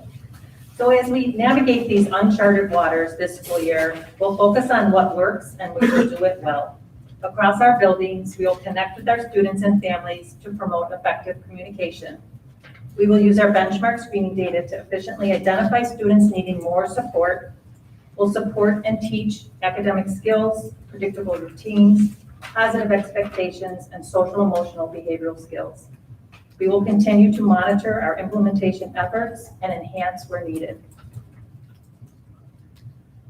Lastly, a common question being asked is how can we continue to implement MTSS within a remote learning environment? To quote Martin Yan from Illuminate Education, although the environment might be different, many of the elements of MTSS are the same. It's just a matter of how we can elevate decisions or practices that can be highly generalizable across different scenarios. The role of the district's MTSS committee this year is to lead buildings in identifying the decisions and practices that need to be generalized across our new reality. I just really want to thank you for your dedication to the work of our MTSS group. It's our hope to return to you mid-year with another update and possibly seeking some support for additional resources as we expand our intervention offerings. And then I'm here to answer any questions that you might have. Okay, anyone? Okay, start brief. By the way, that example I thought was great, and I think that's just, to me, it makes it very visual, the impact that this can have on the students. So I'm very supportive of the effort. I wanted to know, first of all, though, if I am interpreting it right, it seems to me when I look at across elementary, middle school, and high school, that high school could be perceived as behind in terms of the effort in implementing this. Is that an accurate perception, or what could I read differently here? Right. I think the thing to remember as we talk about this kind of 3 to 5 year process, we really started very intentionally at the elementary level and we're kind of rolling it up. So last year was the first year that we really had any kind of concerted effort at the high school. So they're in year 2, where our elementary buildings are farther ahead. So I thought this is our second year though, as a district. When we think about it this school year, like as a whole district, like across all levels, this would be year 2. But we started with our early implementation sites at the elementary level. So Right. they're just a little bit kind of ahead of the curve. Okay. Yeah. Okay, so what do you anticipate where should the high school be then by the end of this year? The high school will be at a place where we're talking about some more of those interventions and how we might be able to, like as we did at the middle school this school year, with having some courses that are very focused on that in addition to support in those core academic areas. So that's the place where we want to be with our high schools as well. But we really have to, I think the other part of it is they're all at some place in the process of MTSS, and our high school is more focused on tier 1. So what is it that we're doing for all kids? So that's the main place where their focus started last year and this year. Okay, all right, thank you. Got another one. I guess something tricky about the middle school, that I was looking at, the plan to use math and LA plus. is that a student can be taking other classes that doesn't make room for that, and a parent can say no. So what's the thought about that, and how do we work around that when we've identified these gaps? And then when is it anticipated that tier 3 will roll out for middle school? Because not all students are at that 49 point. We'll leap up into the air, which is very cool to see, but not all students will have that response. So then we'll have to have a what next. Right, and I think we're at a place in our middle schools where there are still some form of tier 3 support that happens with some of our reading specialists and math specialists. But right now we work in a system where we're recommending supports for students, but we also know that when we add that additional course to their day, that means that they're not able to take something else.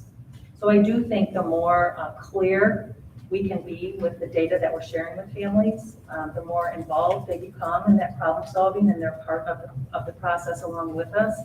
They have a deeper understanding of the why behind the recommendation of that particular class. And I would hypothesize that we have less families saying, no, thank you, when they recognize the importance of it.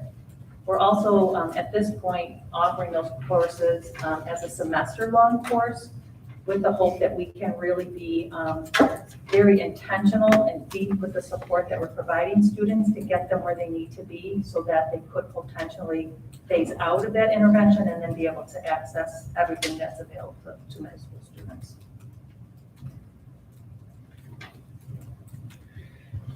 Okay, anyone else on that? A quick comment. Thank you very much for the presentation. It was great to see that the example of it was awesome.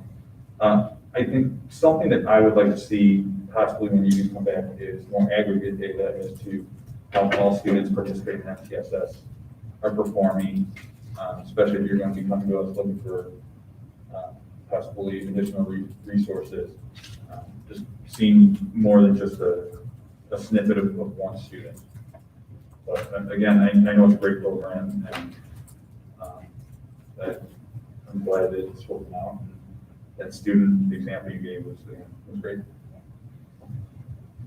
I found that to be something that's encouraging, and I'm hoping that we will then see increased, so that when you do present the data, you can point to the success that occurred when someone did follow the recommendations, follow the supports. So is there anybody who has any more? Mrs. McKay? Mr. McNally, are you okay with me asking some questions? No, I was just calling for you because I don't want you to be forgotten, because right now you're just a gray disc in the middle of the room. Well, I can see you, but you're like 30 seconds behind what I hear, so it's kind of interesting.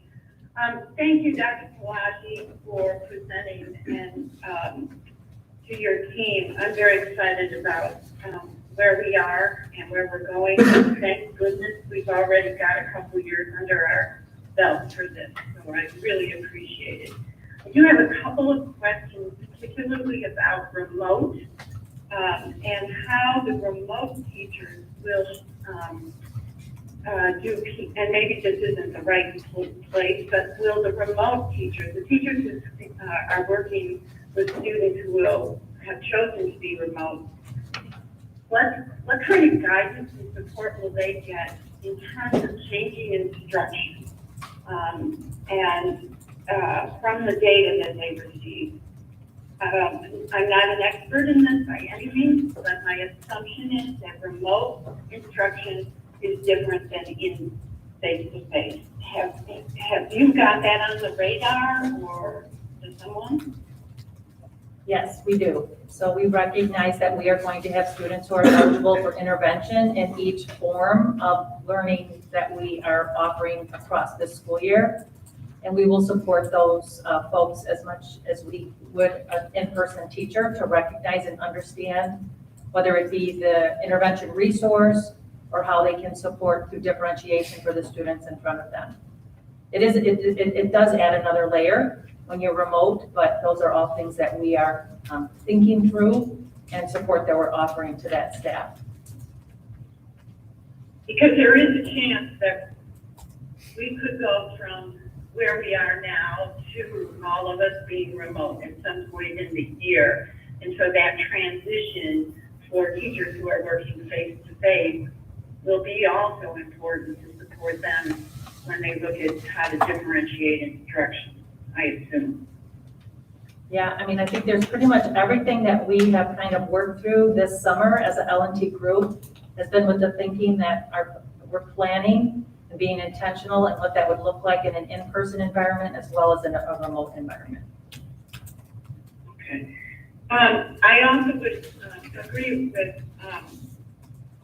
the idea of bringing the data back just to have a chance to look at it. I think we talked about that when we were working on our goals, that getting that data will really keep us informed to help us plan for resources or ask questions. So I would look forward to what you're learning. I also like the idea of seeing some of the work that people are doing just to inform our community that what it looks like when PLCs are working. So if that's a possibility, I would appreciate it. I have two more questions. One is, how will we let families know regarding the assessment of students in this kind of, with this kind of work? We have family letters that go out if students are accessing interventions, so that's one way. The other part, as we're rolling up our problem-solving process, families are involved in those meetings for students who are accessing Tier 3 interventions. So those have started at our elementary levels. And then when data comes out collectively, we typically send a letter to families letting them know when the assessments are happening and different information for how their students are doing. As a group, the MTSS committee is really looking forward to having 3 benchmark periods so that we have that group of data to kind of bring back to you. We weren't able to do our spring benchmark last year. Right. So will they get a letter from the assessment that they took just recently? The SEL screener? Yeah, the survey. Right, we sent out a letter to the families kind of overviewing what it was, and we're aggregating that data now really more by grade level. So at this point, we weren't really planning on sending anything additional out, but we could probably summarize the information. And this goes to, I think what we're going to see differently than we have in the past is how parents now know much more about what we do in classrooms because they are part of those classroom environments. So when in the past you had to kind of rely on your kiddo to tell you, but now they can actually see and hear, and many are participating and supporting their kids. So I would say if it's possible to share after a student has taken an assessment, that might be supportive to the family for the work that they do as well. I just have one more question. I'm wondering what's making you excited about where we are, and then what 1 or 2 challenges you see that we should be keeping our eyes on. Well, I'm super excited by just the fact that we've got some systems of support in place across our district. And I do believe that most staff members feel the same way. We're starting to speak the same language, which is so helpful and supportive when we're transitioning kids between levels. I think the challenge that our group faces is the challenge that we're all facing right now in our current circumstance. The work that we do is very difficult, and our current circumstance is only making it more difficult. So having students here on a regular basis and all of our teachers and staff together would certainly make this better. So that's a big challenge. And then some of the scheduling pieces, but those are challenges regardless of what it is that we're talking about. It just MTSS adds maybe a little different layer to it. But far more positive and exciting pieces than challenges. Thank you so much, and thank your team. You know how important this work is for the success of all our kids, and I'm so glad that D303 is where they are. So thank you. Okay, any other questions, comments, concerns on that matter? Okay, none. So, we'll move to our third item for discussion is D303 Educator competencies for in-person, hybrid, and remote learning, professional learning plan for staff. Thank you. As Dr. Pearson pointed out in his superintendent message at the beginning of our meeting, the learning and teaching team has been working very hard to make sure that our teachers and other staff are prepared to transition and deliver instruction to students in a variety of methods. So I wanted to give an overview of what we've been doing and what the teachers have been engaged in last week and this week.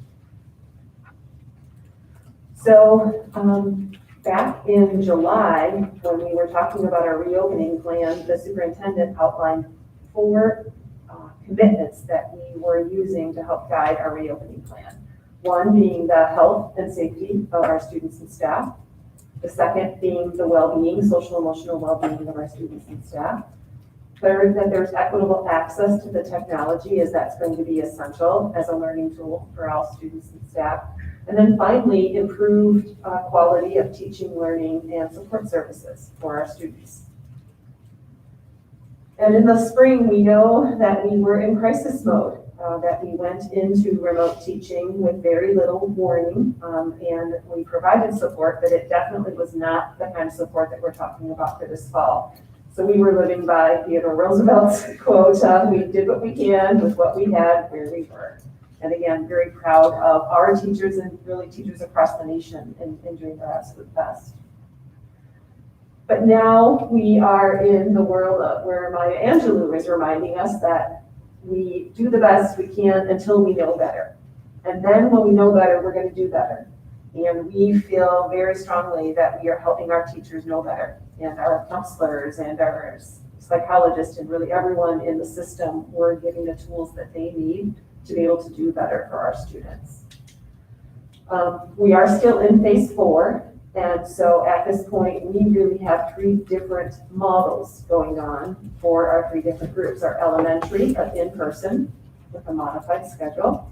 Our middle school students are on the AD every other day hybrid, and for now, our high schools will start in all full remote. But we do know that should the conditions of COVID change, we could be having all 3 of those groups change somewhat throughout the year. So we know that all teachers need to be prepared, not just for what they're starting with, but what it could change to. ISBE has also made it very clear that they expect more rigorous learning for students across the state. So they have set upon expectations of the minimum amount of education a student should receive each day, as well as recommendations on synchronous versus asynchronous. The learning and teaching team has drawn from many, many guidance documents. One being the standards for distance learning that is for its professional organization. We also drew from the ISBE documents about opening schools in general, as well as their recommendations for learning.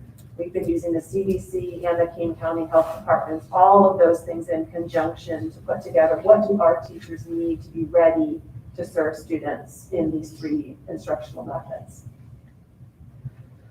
And using all of those documents, we put together a framework that is aligned to our 4 commitments, but also includes all of those resource areas.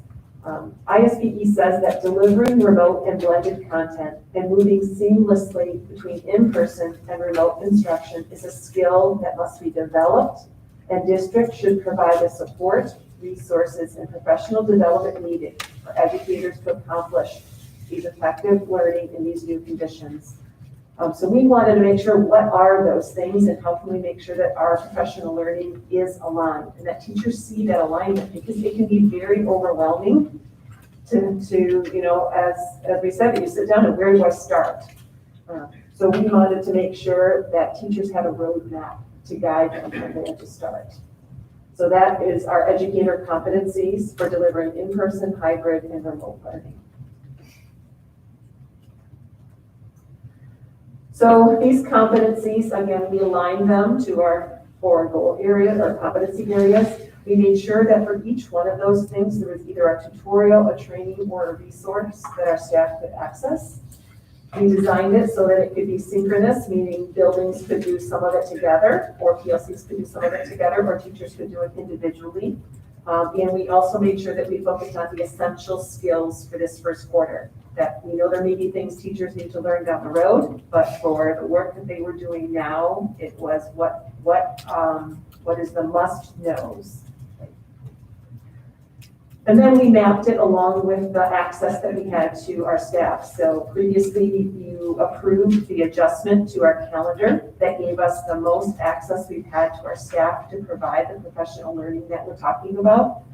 So teachers reported back last Wednesday and had the day that is much more directed by themselves. What do I need to do to get my classroom ready, to do the things that are priorities that each teacher has. And then we shifted into the PLC and the building-led work where we wanted to make sure that there was part of the day that was administrative-driven and synchronous where they're working with their peers. But again, most teachers appreciate the time to then take that shared learning and apply it to their own classroom, their own course, their own lesson plans. So we designed the 4 days, 2 days last week and 2 days this week to be that sort of hybrid, just how we're talking about hybrid for students. The learning we were providing for our teachers was hybridized. Here was an example of something that I shared with the principals, because each site was able to use these modules to create a personalized learning environment for their school site. So a site may have started Thursday morning with a kickoff, something to make sure that their staff felt reconnected. That's based on their culture and climate.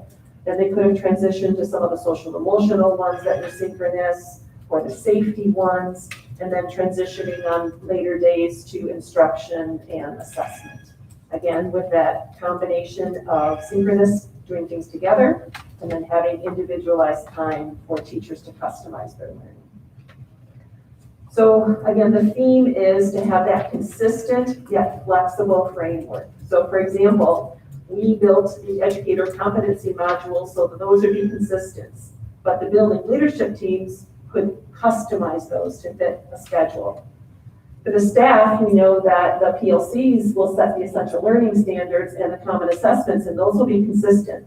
But individual teachers will adjust instruction on a day-to-day basis to meet the needs of their students. And we're also hoping that students see that same level of flexibility, that students will receive assignments and learning targets that are consistent, but that they will have choice on how to show their learning and the timing for showing that learning. So I wanted to make sure, and I think Dr. Pearson included this in his Friday message, a link for all of you. You may have spent a few minutes exploring this. But some of the members of the learning and teaching team are in the audience, and we all contributed to developing these modules. So we're going to give you a little bit of a tour, and then I'll take any questions you have about the professional learning.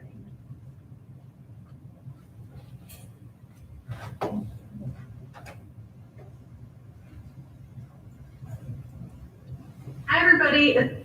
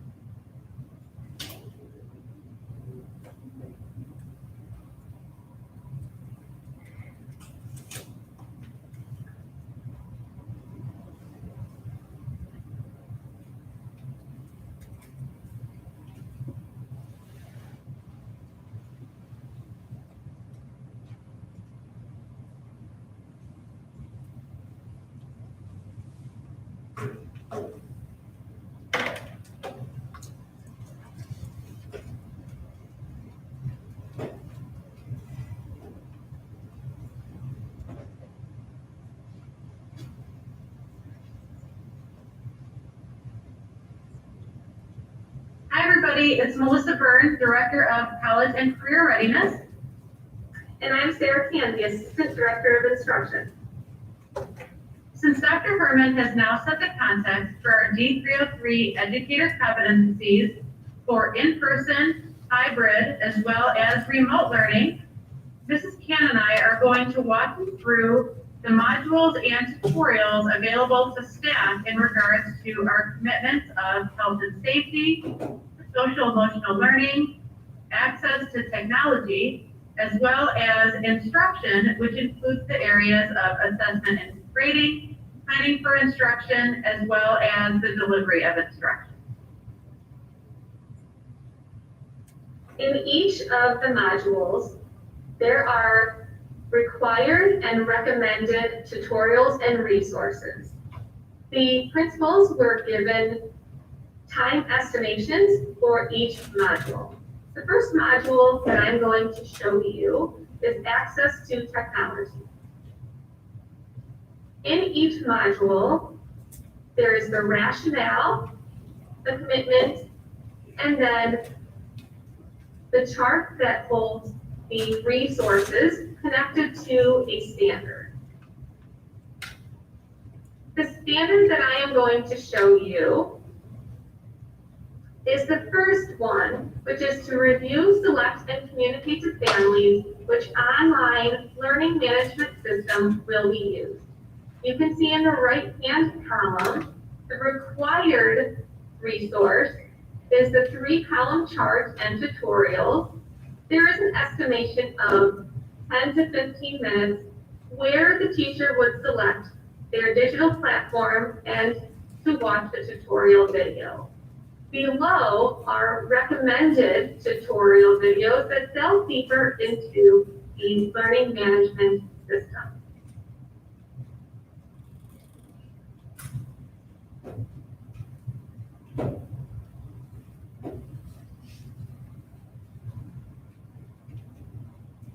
This shows you what the teachers were able to look at for their choice on their learning management system.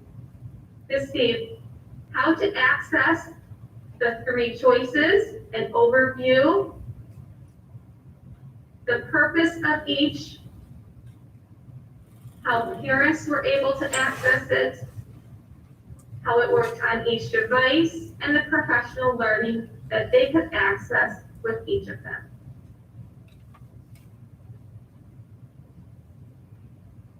The next module that I'm going to show you is health and safety. Just like the last one, the commitment is at the top, the rationale is below it, and then you see the chart of the required and recommended tutorials. The one that I am going to show you is the D303 guidance on face coverings. This was a required module that all staff was to watch.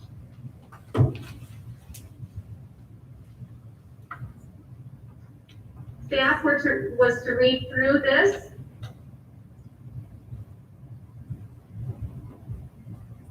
for their required module.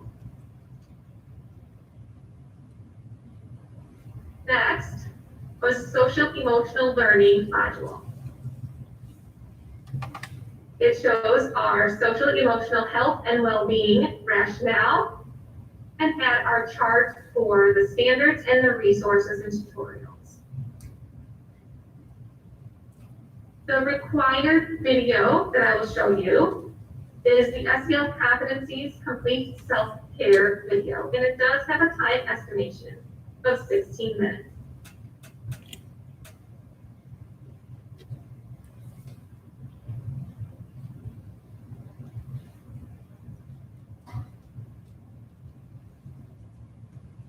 This is a presentation developed by the Department of Instructional Intervention that goes through the SEL core competencies.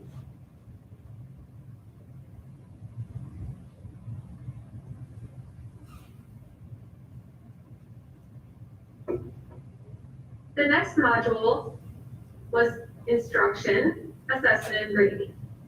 Again, the rationale is below. and the chart as well. The required module, or one of the required modules for assessment and grading was the formative assessment module in the D303 instructional playbook.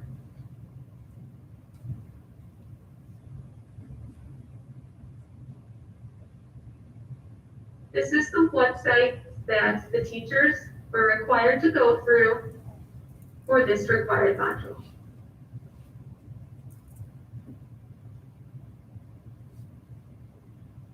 The next one was planning for instruction. The rationale is listed, as well as the resources below. One of the required modules was the expectations chart and the reopening plan. This was an overview, a screencastify of the expectations chart.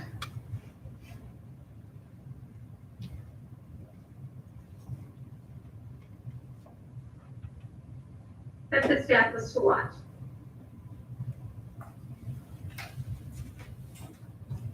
They also have access to multiple resources for instruction. The last module was delivery of instruction.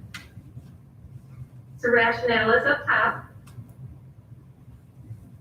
and the resources and tutorials were below. One of the required modules that they were to go through was improving student collaboration in a remote hybrid learning.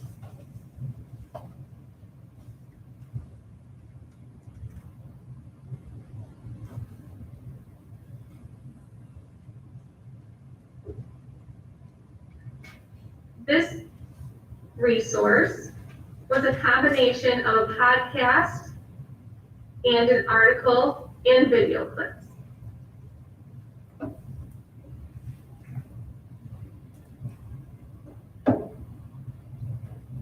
Finally, in preparing these tutorials for our staff members, we wanted to create tutorials that provided support to teachers in terms of what they would need at the beginning of the year as they support our students returning to school in both in-person, hybrid, and remote learning models.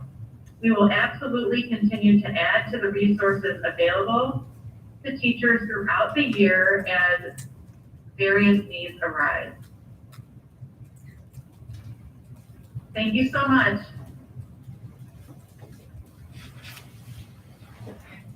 I want to thank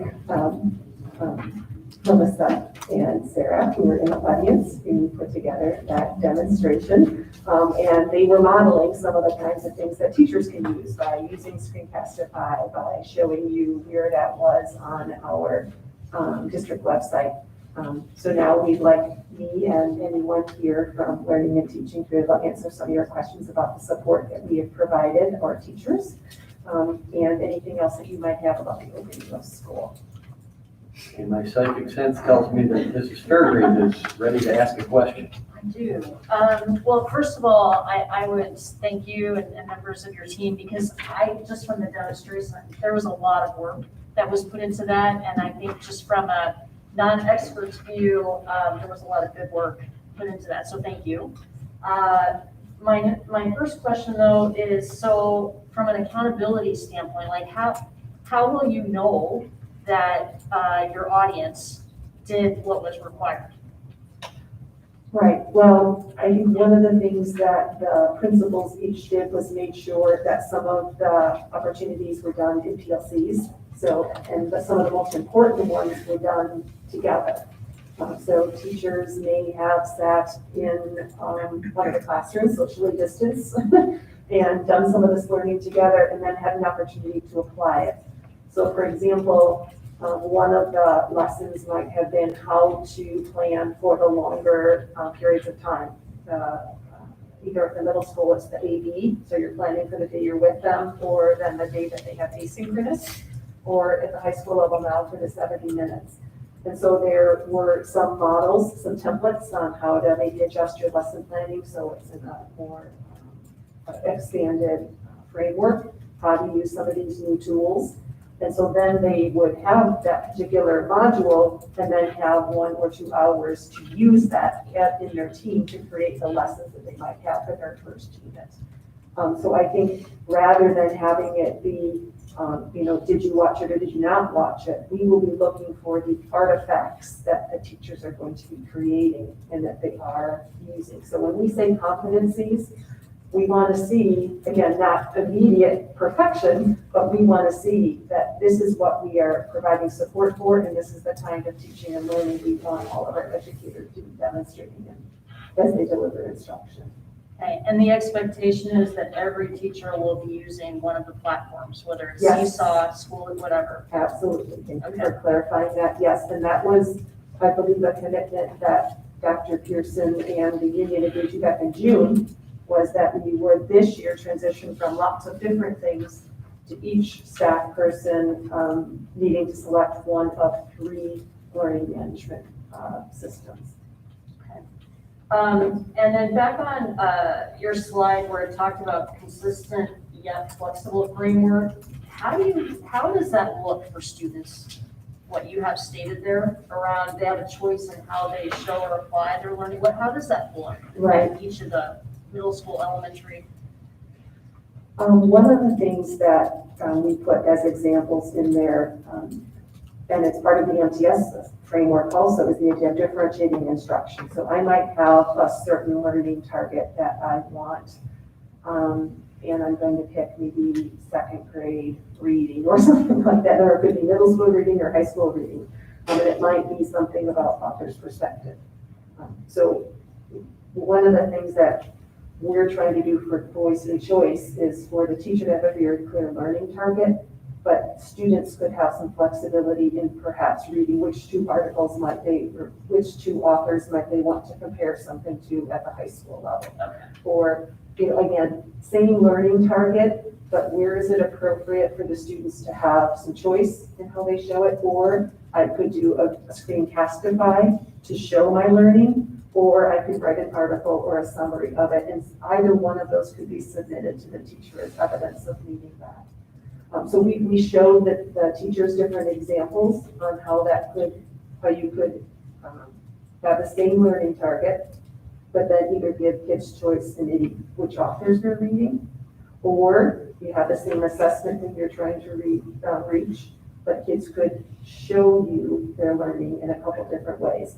And we didn't mandate that on this assessment you need to do it this way, but we provided all of those three ways for PLC groups and teachers to start to transition from, everyone has to show every learning the exact same way, especially in a remote setting that can be very difficult for all students. So we're introducing strategies for teachers to use differentiation in that way.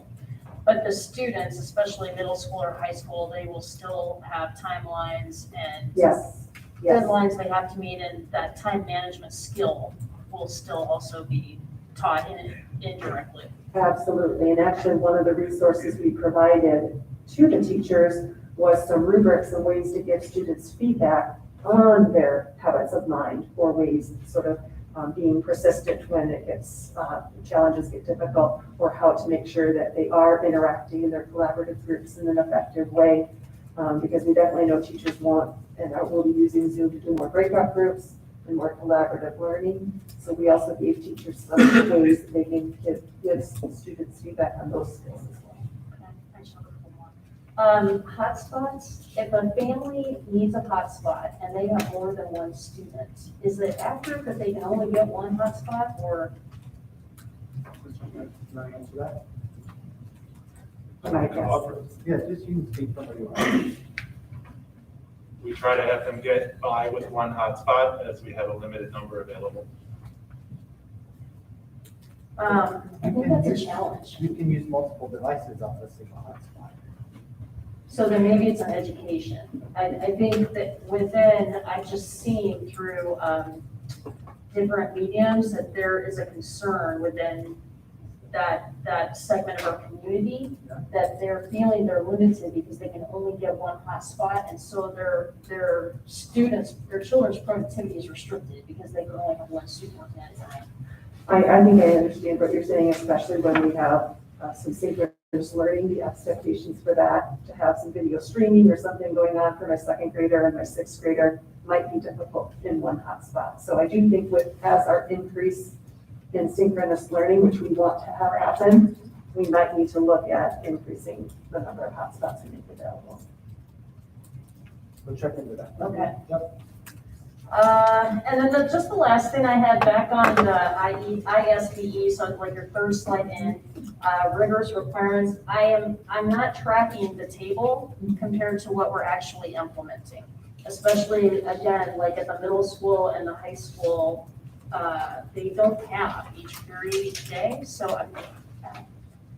how are we reconciling that? Right, that is for, they do have an overall, wanting to have 300 minutes of overall instruction per day, is the requirement for ICE, and that's how they break it out, at least a minimum of 40 to 50 per class that's meeting, because again, some schools are going on a more traditional schedule, so, and our schedule has right now that traditional day where every class meets. But then we also have the block schedule where they have 70 minutes. So what it's saying is the target is to have a total of 300 minutes of both synchronous and asynchronous learning per day. And every part of our learning plan has that. If it's in person, if it's hybrid or full remote, and that to make sure that for each class that's meeting, that it's, because some schools were doing maybe just 10 minutes of a class and then counting that as that class having met or for instruction have occurred. And they said that what we know about how kids learn, that really was not adequate. So they wanted to have some minimums also for what it could count to have an adequate chunk of instruction in any given course. Okay. Thank you. Thank you. Mrs. McKay? Thank you. Dr. Herman, thank you so much for the presentation. I was unable to see the modules, but I have a feeling I can look at those at another time. Clearly no one has been sitting around since March.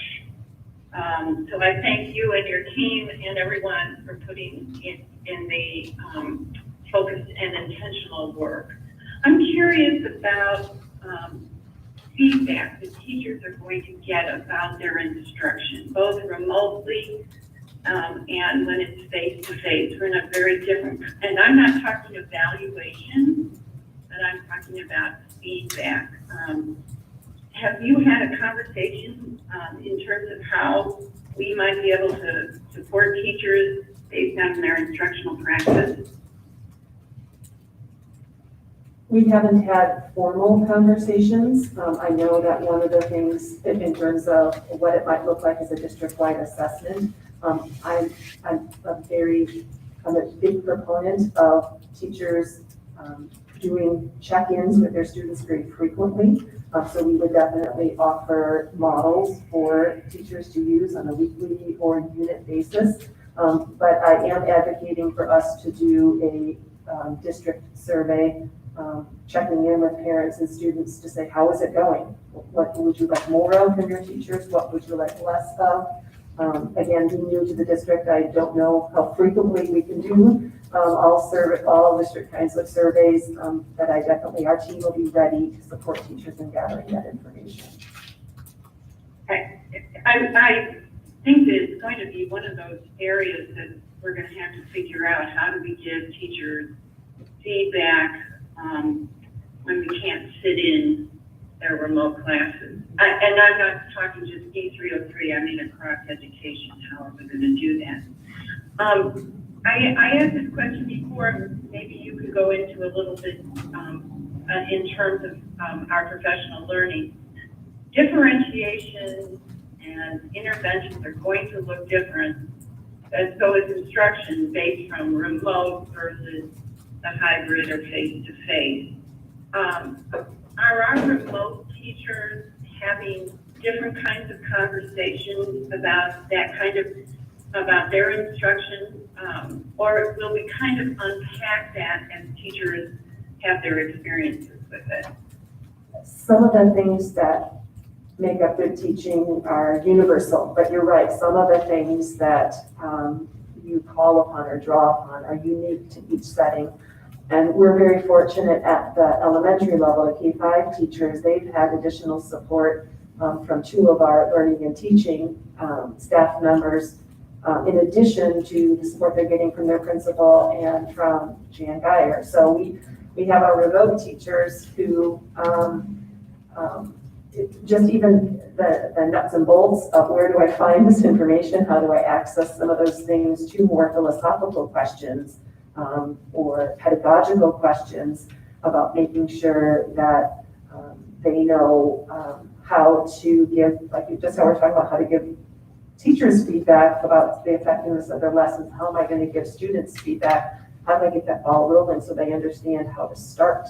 You know, a second grader, or excuse me, second grade will be here all the time, you know, a third or a fourth grader who is remote, how do I make sure that I'm building that sense of community? So we have people from our social emotional task force, people from some of our other task force are giving the remote only teachers additional support. They were in some specialized trainings last week and this week. So they've been a part of both the all teacher work, but because a majority of their instruction will be using some of the online tools, they've also been given some additional support. At the high school level, one of the assistant principals has taken on the role of overseeing the remote only instruction. And so they similarly are giving additional support to the remote only teachers. At the middle and high school, there were fewer students who requested remote only. And so some of our teachers are teaching both, at the middle school are teaching both in-person sections and remote only sections. And so we know that we're going to really need to provide a lot of support to the teachers who have that blended assignment. I think one of the things that will be important for our community to see, because I do believe our community believes in our teachers, is that teaching is not one-dimensional at all. It's an incredibly complex task. And you can't just post a document. It has to have this three-dimensional piece that I think you've shown us, that it's looking and watching, it's observing, it's modeling, it's questioning, it's all those pieces in order for the instruction to improve or to at least make changes in how you deliver. So I'm very appreciative of the depth that the professional learning is, and I also wish there was a way we could give our community a view into how we do what we do, or a link that would show them. I would not ask anybody to do that today or for the next couple of weeks, but at some point in time, if we can share just the depth of our professional learning and the support as well, I think would be helpful to the community. Then I just have a couple questions about the high school, because I'm seeing some information that I think is not accurate. Could you explain one more time why the high school had to go to remote? Certainly. It's a multifaceted answer. Our goal has been to have as many students attend in-person instruction as possible. One of the things that went into our decision is the students who are least capable of navigating online instruction are our youngest learners. And so as the district back in June and July, that was made a priority, was to make sure that additional resources went towards making sure we could have as many of our elementary students in person as possible. still wanting middle and high school students to have in-person learning experiences, but knowing that their technological skills are in a different place and they have had more experience accessing learning remotely. So we, again, continue to move forward with the goal of delivering as much in-person learning as possible. One of the things that can happen at the secondary level, especially the high school level, is the higher up you go in the grade levels, the more specialized the expertise is to deliver that curriculum. So for example, most substitute teachers who have a general education thing can deliver most lessons K-8 in terms of the type of teaching and learning that's required, as well as the licensure that you need to be able to deliver that instruction. Once you get to the secondary level, it's a different story in terms of having substitute teachers and being able to have teachers cover for one another in a way that we could continue to deliver high quality instruction. So at the elementary level and at the middle school level, we felt we had enough staffing and enough substitute staffing. If we were to see any teacher absences, we could still continue to hold in-person school. We were less able to provide that level of assurance. One of the things we were fearful of was that we would have students come back into school, have 1 or 2 days, have an outbreak, and then not be able to have school more because we wouldn't have the staffing available. In addition, the high school schedule and the numbers of students on a campus are more complicated at the secondary level. And so we thought it would be much easier to use our smaller groups of students and our smaller campuses to help us practice some of our protocols about supervision and transportation and all of those things. So we made sure that the secondary students were the ones who went on remote only, and our middle school students are on AV hybrid, and then we continue to have in-person instruction options for our elementary. So I would say, just to summarize, that it really is a combination of the complexity of the high school schedule and the demands of making sure we have enough adults who are certified to teach the students should we have any adults who become ill and have to stay home. If I could, and Mrs. McCabe, if I could just interject, just to clarify, regarding the substitute piece, you're really referencing extended absence. Right. Because my understanding is for a day, we don't require a specialized teacher in high school. Correct. But one of the things that we know with quarantine is 14-day, Right. 10 to 14-day absences. Right. And it might not be their own absence, but then one of their child Right. or a family member is also. So we wanted to be prepared.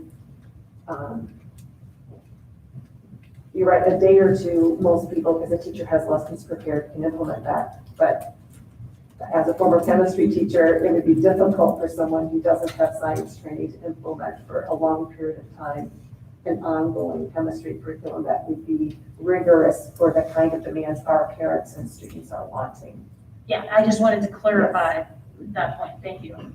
So I'd like to jump in and ask, we've talked about after Labor Day weekend, that we plan to bring back small groups of students and then, from there, see what happens and possibly bring back more groups of students. When are we going to see that plan and be able to discuss it? Because the 8th is rapid, it's coming soon. So I'm just wondering when we're going to get a look at that plan and get an understanding of it, and then from there, when we discuss it and when it's go out to families. That's a really good question. I've been reaching out to some of our other districts in the area who have that as part of their plan also. Several of the other high schools in that area are remote only for 6 to 8 weeks, and they're not really, they're focusing on doing that well. The one school that I have reached out to, and I think actually one of the parents referenced that district, was New Trier. And when I reached out to them, because they have been, as a high school only district, they've been able to put a lot of attention into their schedule development. Their plan for bringing students back in the first quarter is students with 504s, IEPs, ELs, or other at-risk populations only. So they are not trying to do some of the things we've even been brainstorming about bringing back maybe some science classes or some hands-on kinds of things. So we're really at the forefront of thinking of what some of those alternative curriculum-based kinds of courses could be. So I feel very prepared to work with Mr. Moore and the high school staff once we have the schools operating, that we have a plan for our most vulnerable students. And we've been working very closely with Dr. Kalaji and many of our other people to make sure our EL students and anyone else is getting our first primary attention of in-person instruction. And then working with the high school staff to identify is there a grade level group that we want to bring in for a day or two? Is there, again, a hands-on group, an art group, a science group, something else that would benefit from a physical, being in the building using manipulatives? And again, those would be very small because we want to learn from some of those. So again, from what I can find in reaching out to several high school districts and other large urban districts, large unit districts, we're leading the front in terms of bringing high school students in September for face-to-face instruction, really in any way. I'm proud of that, and we don't have a specific plan yet. And I think right now, our principals are asking that we support them with what they need for the next 2 weeks.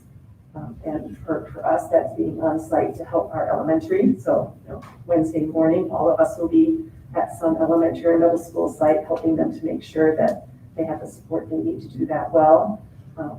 And then we'll start to shift some of our focus to bringing students into the high school level. Would you consider labs at classes, students coming in for specific labs or something like that? I say science because some things can be difficult to reproduce, but some actually are amazingly robust. So I guess I have to speak out of both sides of my mouth here because we worked very hard to invest in some software that make some of the mathematical modeling and science modeling and some of those other labs very engaging and very realistic. But there's nothing that can replace that idea of being in person and having that tangible experience. So while we'll continue to use some of the best resources available to make labs and other things, using software to do reenactments, but I do think the idea of where we can have some physical kind of contact during the month of September. Actually, when I was at a site on Friday afternoon, a science teacher said to me, "Oh, I really wish we could do this one reenactment of how energy flows through an ecosystem," because that's a difficult thing to be able to read or to see on a computer screen. So again, I think that working with the high school staff, we'll be able to put together either a menu or some way to make sure that either each grade level or maybe, again, the curriculum that students would benefit the most from being in person will be ready to support. So can we work on that kind of when that's going to happen so that we can be prepared to see what the public is going to see? Everything is happening very fast, so if we can get that information and plan for us being able to process it and ask questions, again, that'd be great. Could you give an example? I think something that's missing in the community is that understanding of what is a class period going to look like for a high schooler? What are they going to be asked to do in 70 minutes? How does that work? And I think that's kind of what's hard to imagine because it sounds like it's going to be different, but we don't know exactly how. We're putting in little snippets. So is it something you run through kind of what an experience might be? I could give a few examples, but again, one of the things that I appreciate is that different PLCs have had the time last Thursday and Friday and today and tomorrow to wrestle with this too. And sometimes different content areas lend themselves a little differently. But in general, what I would imagine would be I actually like to think of it a week at a time, because we've structured our schedule so that it's that full day where they see every teacher and then they have the other 2 meeting times. I think it's really important that each week, we asked about the high school, but actually any school, any teacher give the agenda for the week. What are we going to be learning this week? What are the learning targets? How does it fit with what we learned last week? Where are we going? And a lot of that can be done on that first orientation day, making sure the students understand both what's going to be done in class and what's going to be done asynchronously outside of class, giving them that big snapshot picture, and probably diving into a first of the few ways they're going to gain access to content, so either reading or watching a video, or making sure that they're, how am I going to get this new knowledge? Then on the 70-minute periods, I would want to make sure that on the days that they have the students in front of them, they're doing a lot more of the, I would say, heavy lifting in terms of the thinking about the content, the processing, the new material. And again, we did provide some ways for teachers to scaffold their lessons to make sure they're being very clear with what thinking skill our students bringing to bear on this particular topic. So if it is an article they read on Newsweek on the pandemic, well, I can read that, but if I want to know, are you asking me to compare some of the data sources, making sure we're really clear with students about not just reading to read, but reading for some thinking that I'm going to have to do with that content later. So I would want to make sure that the teachers use that 70 minutes to make sure that they're being clear and having kids practice the kind of thinking skill. If there is collaboration that's going to be taking place, that's the nice time to do it, at least to make sure, again, not violating social distance, but to make sure that students are having an opportunity to have some of that social part of learning while they're in the classroom. For the students, not in the classroom, that would be for middle school, while they are connected on the, in-person Zoom meeting groups, and making sure that it would be a combination of teacher-led and probably breakout groups or some kind of ways for them to apply it. Teacher having an opportunity to give them some feedback before they would go off onto their own. So when, again, I thinking about the longer term, it's usually chunked where it's big picture, chunking it into small group work, more big picture, small group work. And we've given the teachers several models on how they can do that. So those would be some of my generalizations about how it could look.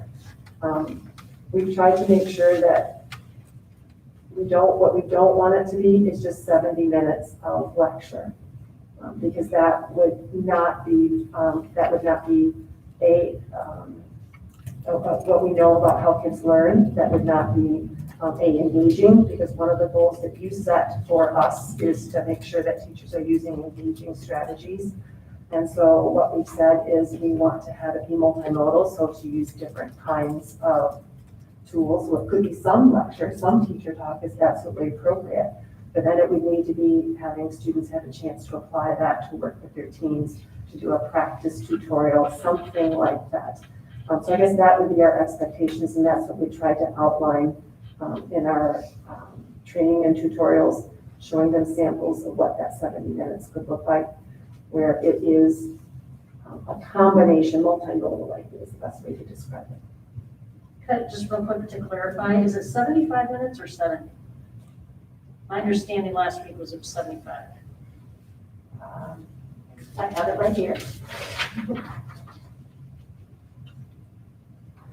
It is 75, thank you, yes. And then when does high school start the day? While we are in full remote, the office hours will be 7:20 to 8:15. So all teachers and staff will be available for a point manager to have small groups come in. 8:30 is the starting time, and 2:30 is the ending time. With 4 75-minute breaks in between, or periods in between. And last, thank you for kind of going through that and helping, I think, families understand a little bit more or get an example of what will happen. You mentioned that 10 minutes jumping on or just having a drop in wasn't exactly working, in the spring. is there a minimum synchronous time or maximum during those periods, or is it all going to be synchronous all the time? Right. There's still confusion around that. Sure. In our materials we provided for teachers, we talked about different ways of thinking about your synchronous lesson tools. So the times that are listed here for our high school, that the first period being 8:30 to 9:45, that's 75 minutes. We want those to be synchronous tools. So that is where the teacher is connecting with students for those 75 minutes. It might not be all whole group instruction. It could start with whole group and then into groups, and that teacher might spend 5 minutes with 4 groups doing some small group intervention or, interviews with students and things like that, and then coming back. But you do see the teacher interacting with students in a synchronous way for that 75 minutes. Thank you. Yeah, I think that will help. I think that there's some pieces that I think maybe different people understood differently, and maybe that might help clarify. It's a very big difference from what remote learning was in crisis mode and Yes. remote learning in a more planned sense looks like. The other thing I do want to say is the expectations for remote learning. Yes. There's some things that, consistency has been, something that people have said that, families have said that they've really had difficulty with. And it's something that I've even mentioned before. And so this is, I think, a good start, is having some of these expectations. I think, maybe having some more details about these expectations as we're moving forward might be a good idea. Because things like, I'm looking at for families, check hack week for missing assignments. That's only as good as if you have a teacher who is being consistent with their expectations of that. And that's something that is not, I don't see it on theirs. So I don't think they're supposed to be updating it daily or whatever it might be. So I'm wondering, have we laid out some of those expectations that will make it more smooth for our families and be more consistent? The document that you're talking about did come from our instructional task force this summer. So that was, again, parents, students, staff members, administrators coming together and saying, what do we think are the expectations that we can put on paper right now? I do think you're right that some of them need to get a little more granular. And I would want to work probably more with some it was wonderful of the teachers and the students and everyone to volunteer their time over the summer. But again, it was a limited number of people who participated. So going deeper into individual teacher practice, I would want to make sure that we had more teacher voice in the creation of what those day-to-day expectations would be. But I think that structure and expectations, being clear with expectations, is very helpful for both the teacher and the learner. So I look forward to working with the teachers and the principals to decide what those need to be.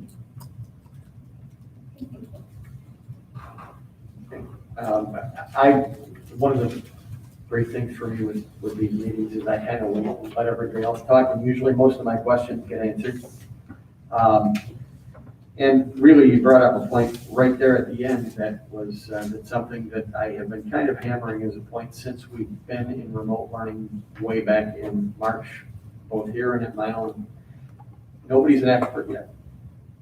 And so I'm glad to hear that you want to hear what the teachers, their input as to how because I think a lot of people have expectations and ideas. And having started myself on synchronous learning for 75 minutes, looking at a computer screen with 2-inch people on it, and they're not even all visible. It's not the world that anybody has lived in. So I think there are some expectations about kind of the back and forth that's not going to probably be able to happen in the same way that some people are hoping. So I think we need to kind of take a breath, sit back, and and see how it's going to work. And again, as Ms. McCabe said, I think people are very enthusiastic about our teachers here and know that we have people that are working hard to do the right thing and trust that they're going to do the right thing as they progress in this. I've witnessed a lot of the work, in my own household, but also I'm right across from Davis, and I see a full parking lot of people coming in and parking across the street from my house, and they're filling that place as best they can in the environment to make sure that they're doing things the right way. So I'm hoping that we will come up with some best practices that will have a lot of teacher input. One more follow-up question that has been asked a lot. Why can't we, or maybe we can, we have a reason why we are choosing to not live stream in middle school, high school, as other districts have. So what is Yeah, our stance? well, so I think one of the things that we have to do as a district is continue to refine our understanding of what best practice of blended learning looks like. And if we're expecting students to be engaged in the lesson, to live stream 7 hours of instruction for students across an entire instructional day is not best practice. And we know that from the research around blended learning. There's some research around adult learning, which is it's called andragogy, but it has to do with like how training modules are developed and all of the things. And we have to take all of that best practice from remote learning. And I think people have this expectation that we're going to put teachers at a microphone in front of a camera and they're going to just directly engage with their students on a Zoom screen. And that's unrealistic and it's not best practice. And so we continue to hear that that's the model that people are using, but yet we know better. And all of the educational research tells us that. And so as our teachers try to engage in better instruction, we want to support that with the platforms and the tools and the resources. So that's why. Okay, thank you. And really on that point, this is, I'm speaking from, I went out and found myself a 10-foot whiteboard and I remodeled one room in my house to be my classroom. I'm realizing that 10-foot whiteboard is going to get a lot less use than I had hoped because I'm standing at a 10-foot whiteboard and I'm looking across at a computer with 2-inch people on it. And I can only see a dozen of those 2-inch people out of 25, 27 of them. Some of them, I can't tell if somebody has a question. It's not going, we can't live stream and have this be like it is in a regular classroom. And I think that there are people that are, they look at like the Khan Academy videos where somebody's talking for 10 or 12 minutes and they're thinking, well, that's what a teacher should be doing all day. No, that's what the Khan Academy guy did for 10 or 12 minutes. And he probably spent 10 or 12 hours making that 10 or 12 minute video. So it's not going to happen the way people think it's going to. And that's why I say I want people to understand that teachers are going to be, they're putting in countless hours to do this. And I want people to understand what the work that they're doing, they put in hours and hours of work for a minute or two of what you see sometimes.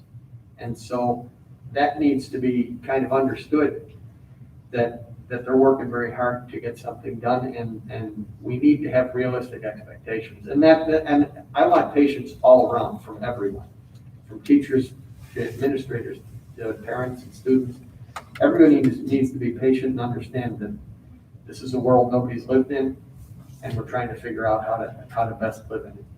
So, one of the other things I just wanted to hear you say that made me think of, when we developed this, we thought of it more as a checklist. We even put I can statements, you saw that in there, because we want this to help empower teachers. Like, these are what we think it takes to be a very competent teacher in the online, hybrid, and in-person, realms.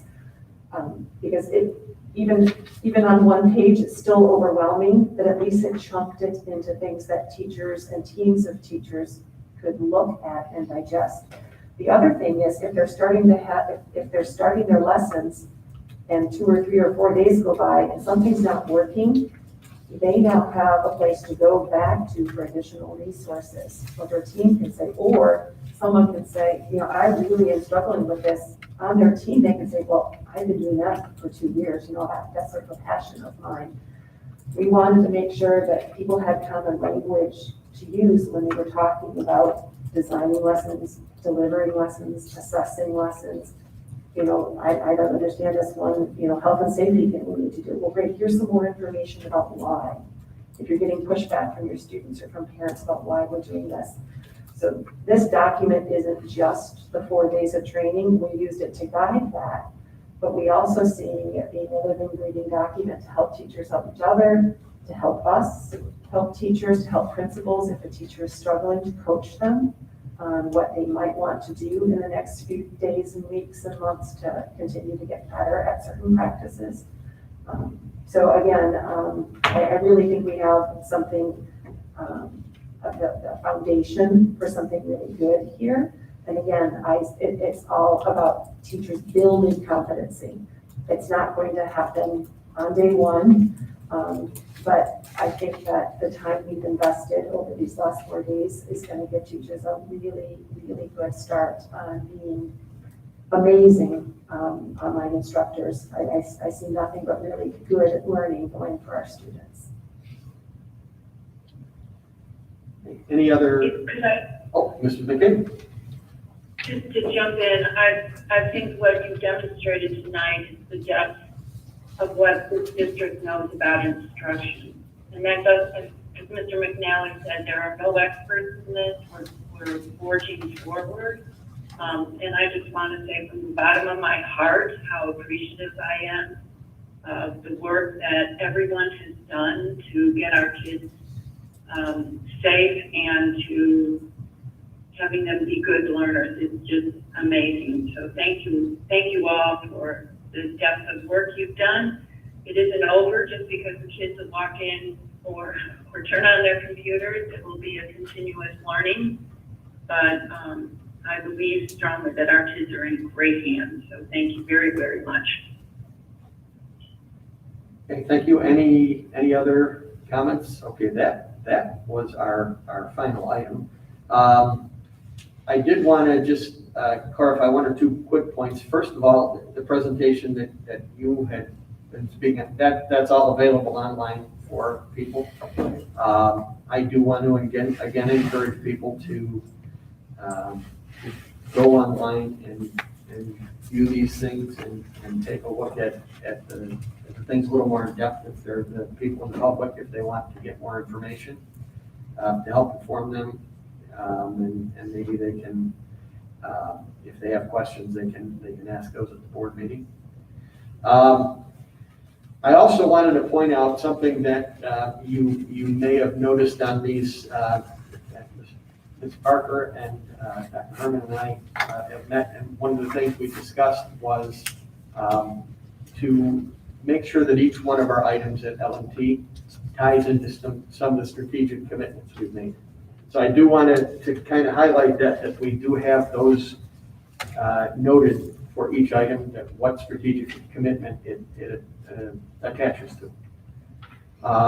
Last thing is, we had all items for discussion tonight. There's nothing that we needed to put for action. And as far as our next meeting is going to be the 21st. Do I have that correct? And 5:30, right where we are. And do we know what any of those potential items are as yet? One thing that we had hoped to have prepared for tonight, but we couldn't because the data has been drawn out because of the testing in the spring. An update on the bioliteracy, students who have earned bioliteracy and what that looks like for this year, as well as an update on EL. So we'll have both of those ready because we didn't have the data again from the spring. Who maybe was transitioning from one level of language to another. We'll have that for you in September. Should we also have, to Mrs. Berger's earlier question, should we also have some type of update on the high school small group in-person strategy? Absolutely. So we will have maybe a few talking about best practices, I think you learn from the outside and you learn from the inside. So I think similarly to one of the things we saw tonight that made the MTSS presentation so real was it was a live example. So one of the things I can be doing, my team and I can be looking for really good examples that I want it to be at least one from elementary, one from middle, and one from high of what remote learning is looking like for students, and then what that 70 minutes is looking like as students are participating. So we can definitely have some samples to talk through so that you feel like you have an understanding of what's going on in the learning. And I think is talking also about the plan to bring the small groups in person. The next meeting is the 21st of September, and I would think I would begin before that, so we may need to talk about that sooner. Sure. So. Okay, so, and we're hoping then you can bring that information at least to us so that we'll have an idea, so that when we do talk about it, we'll be speaking from more of an informed perspective. Okay, well, I believe that is it for tonight, so I'd like to adjourn our meeting at 8:17.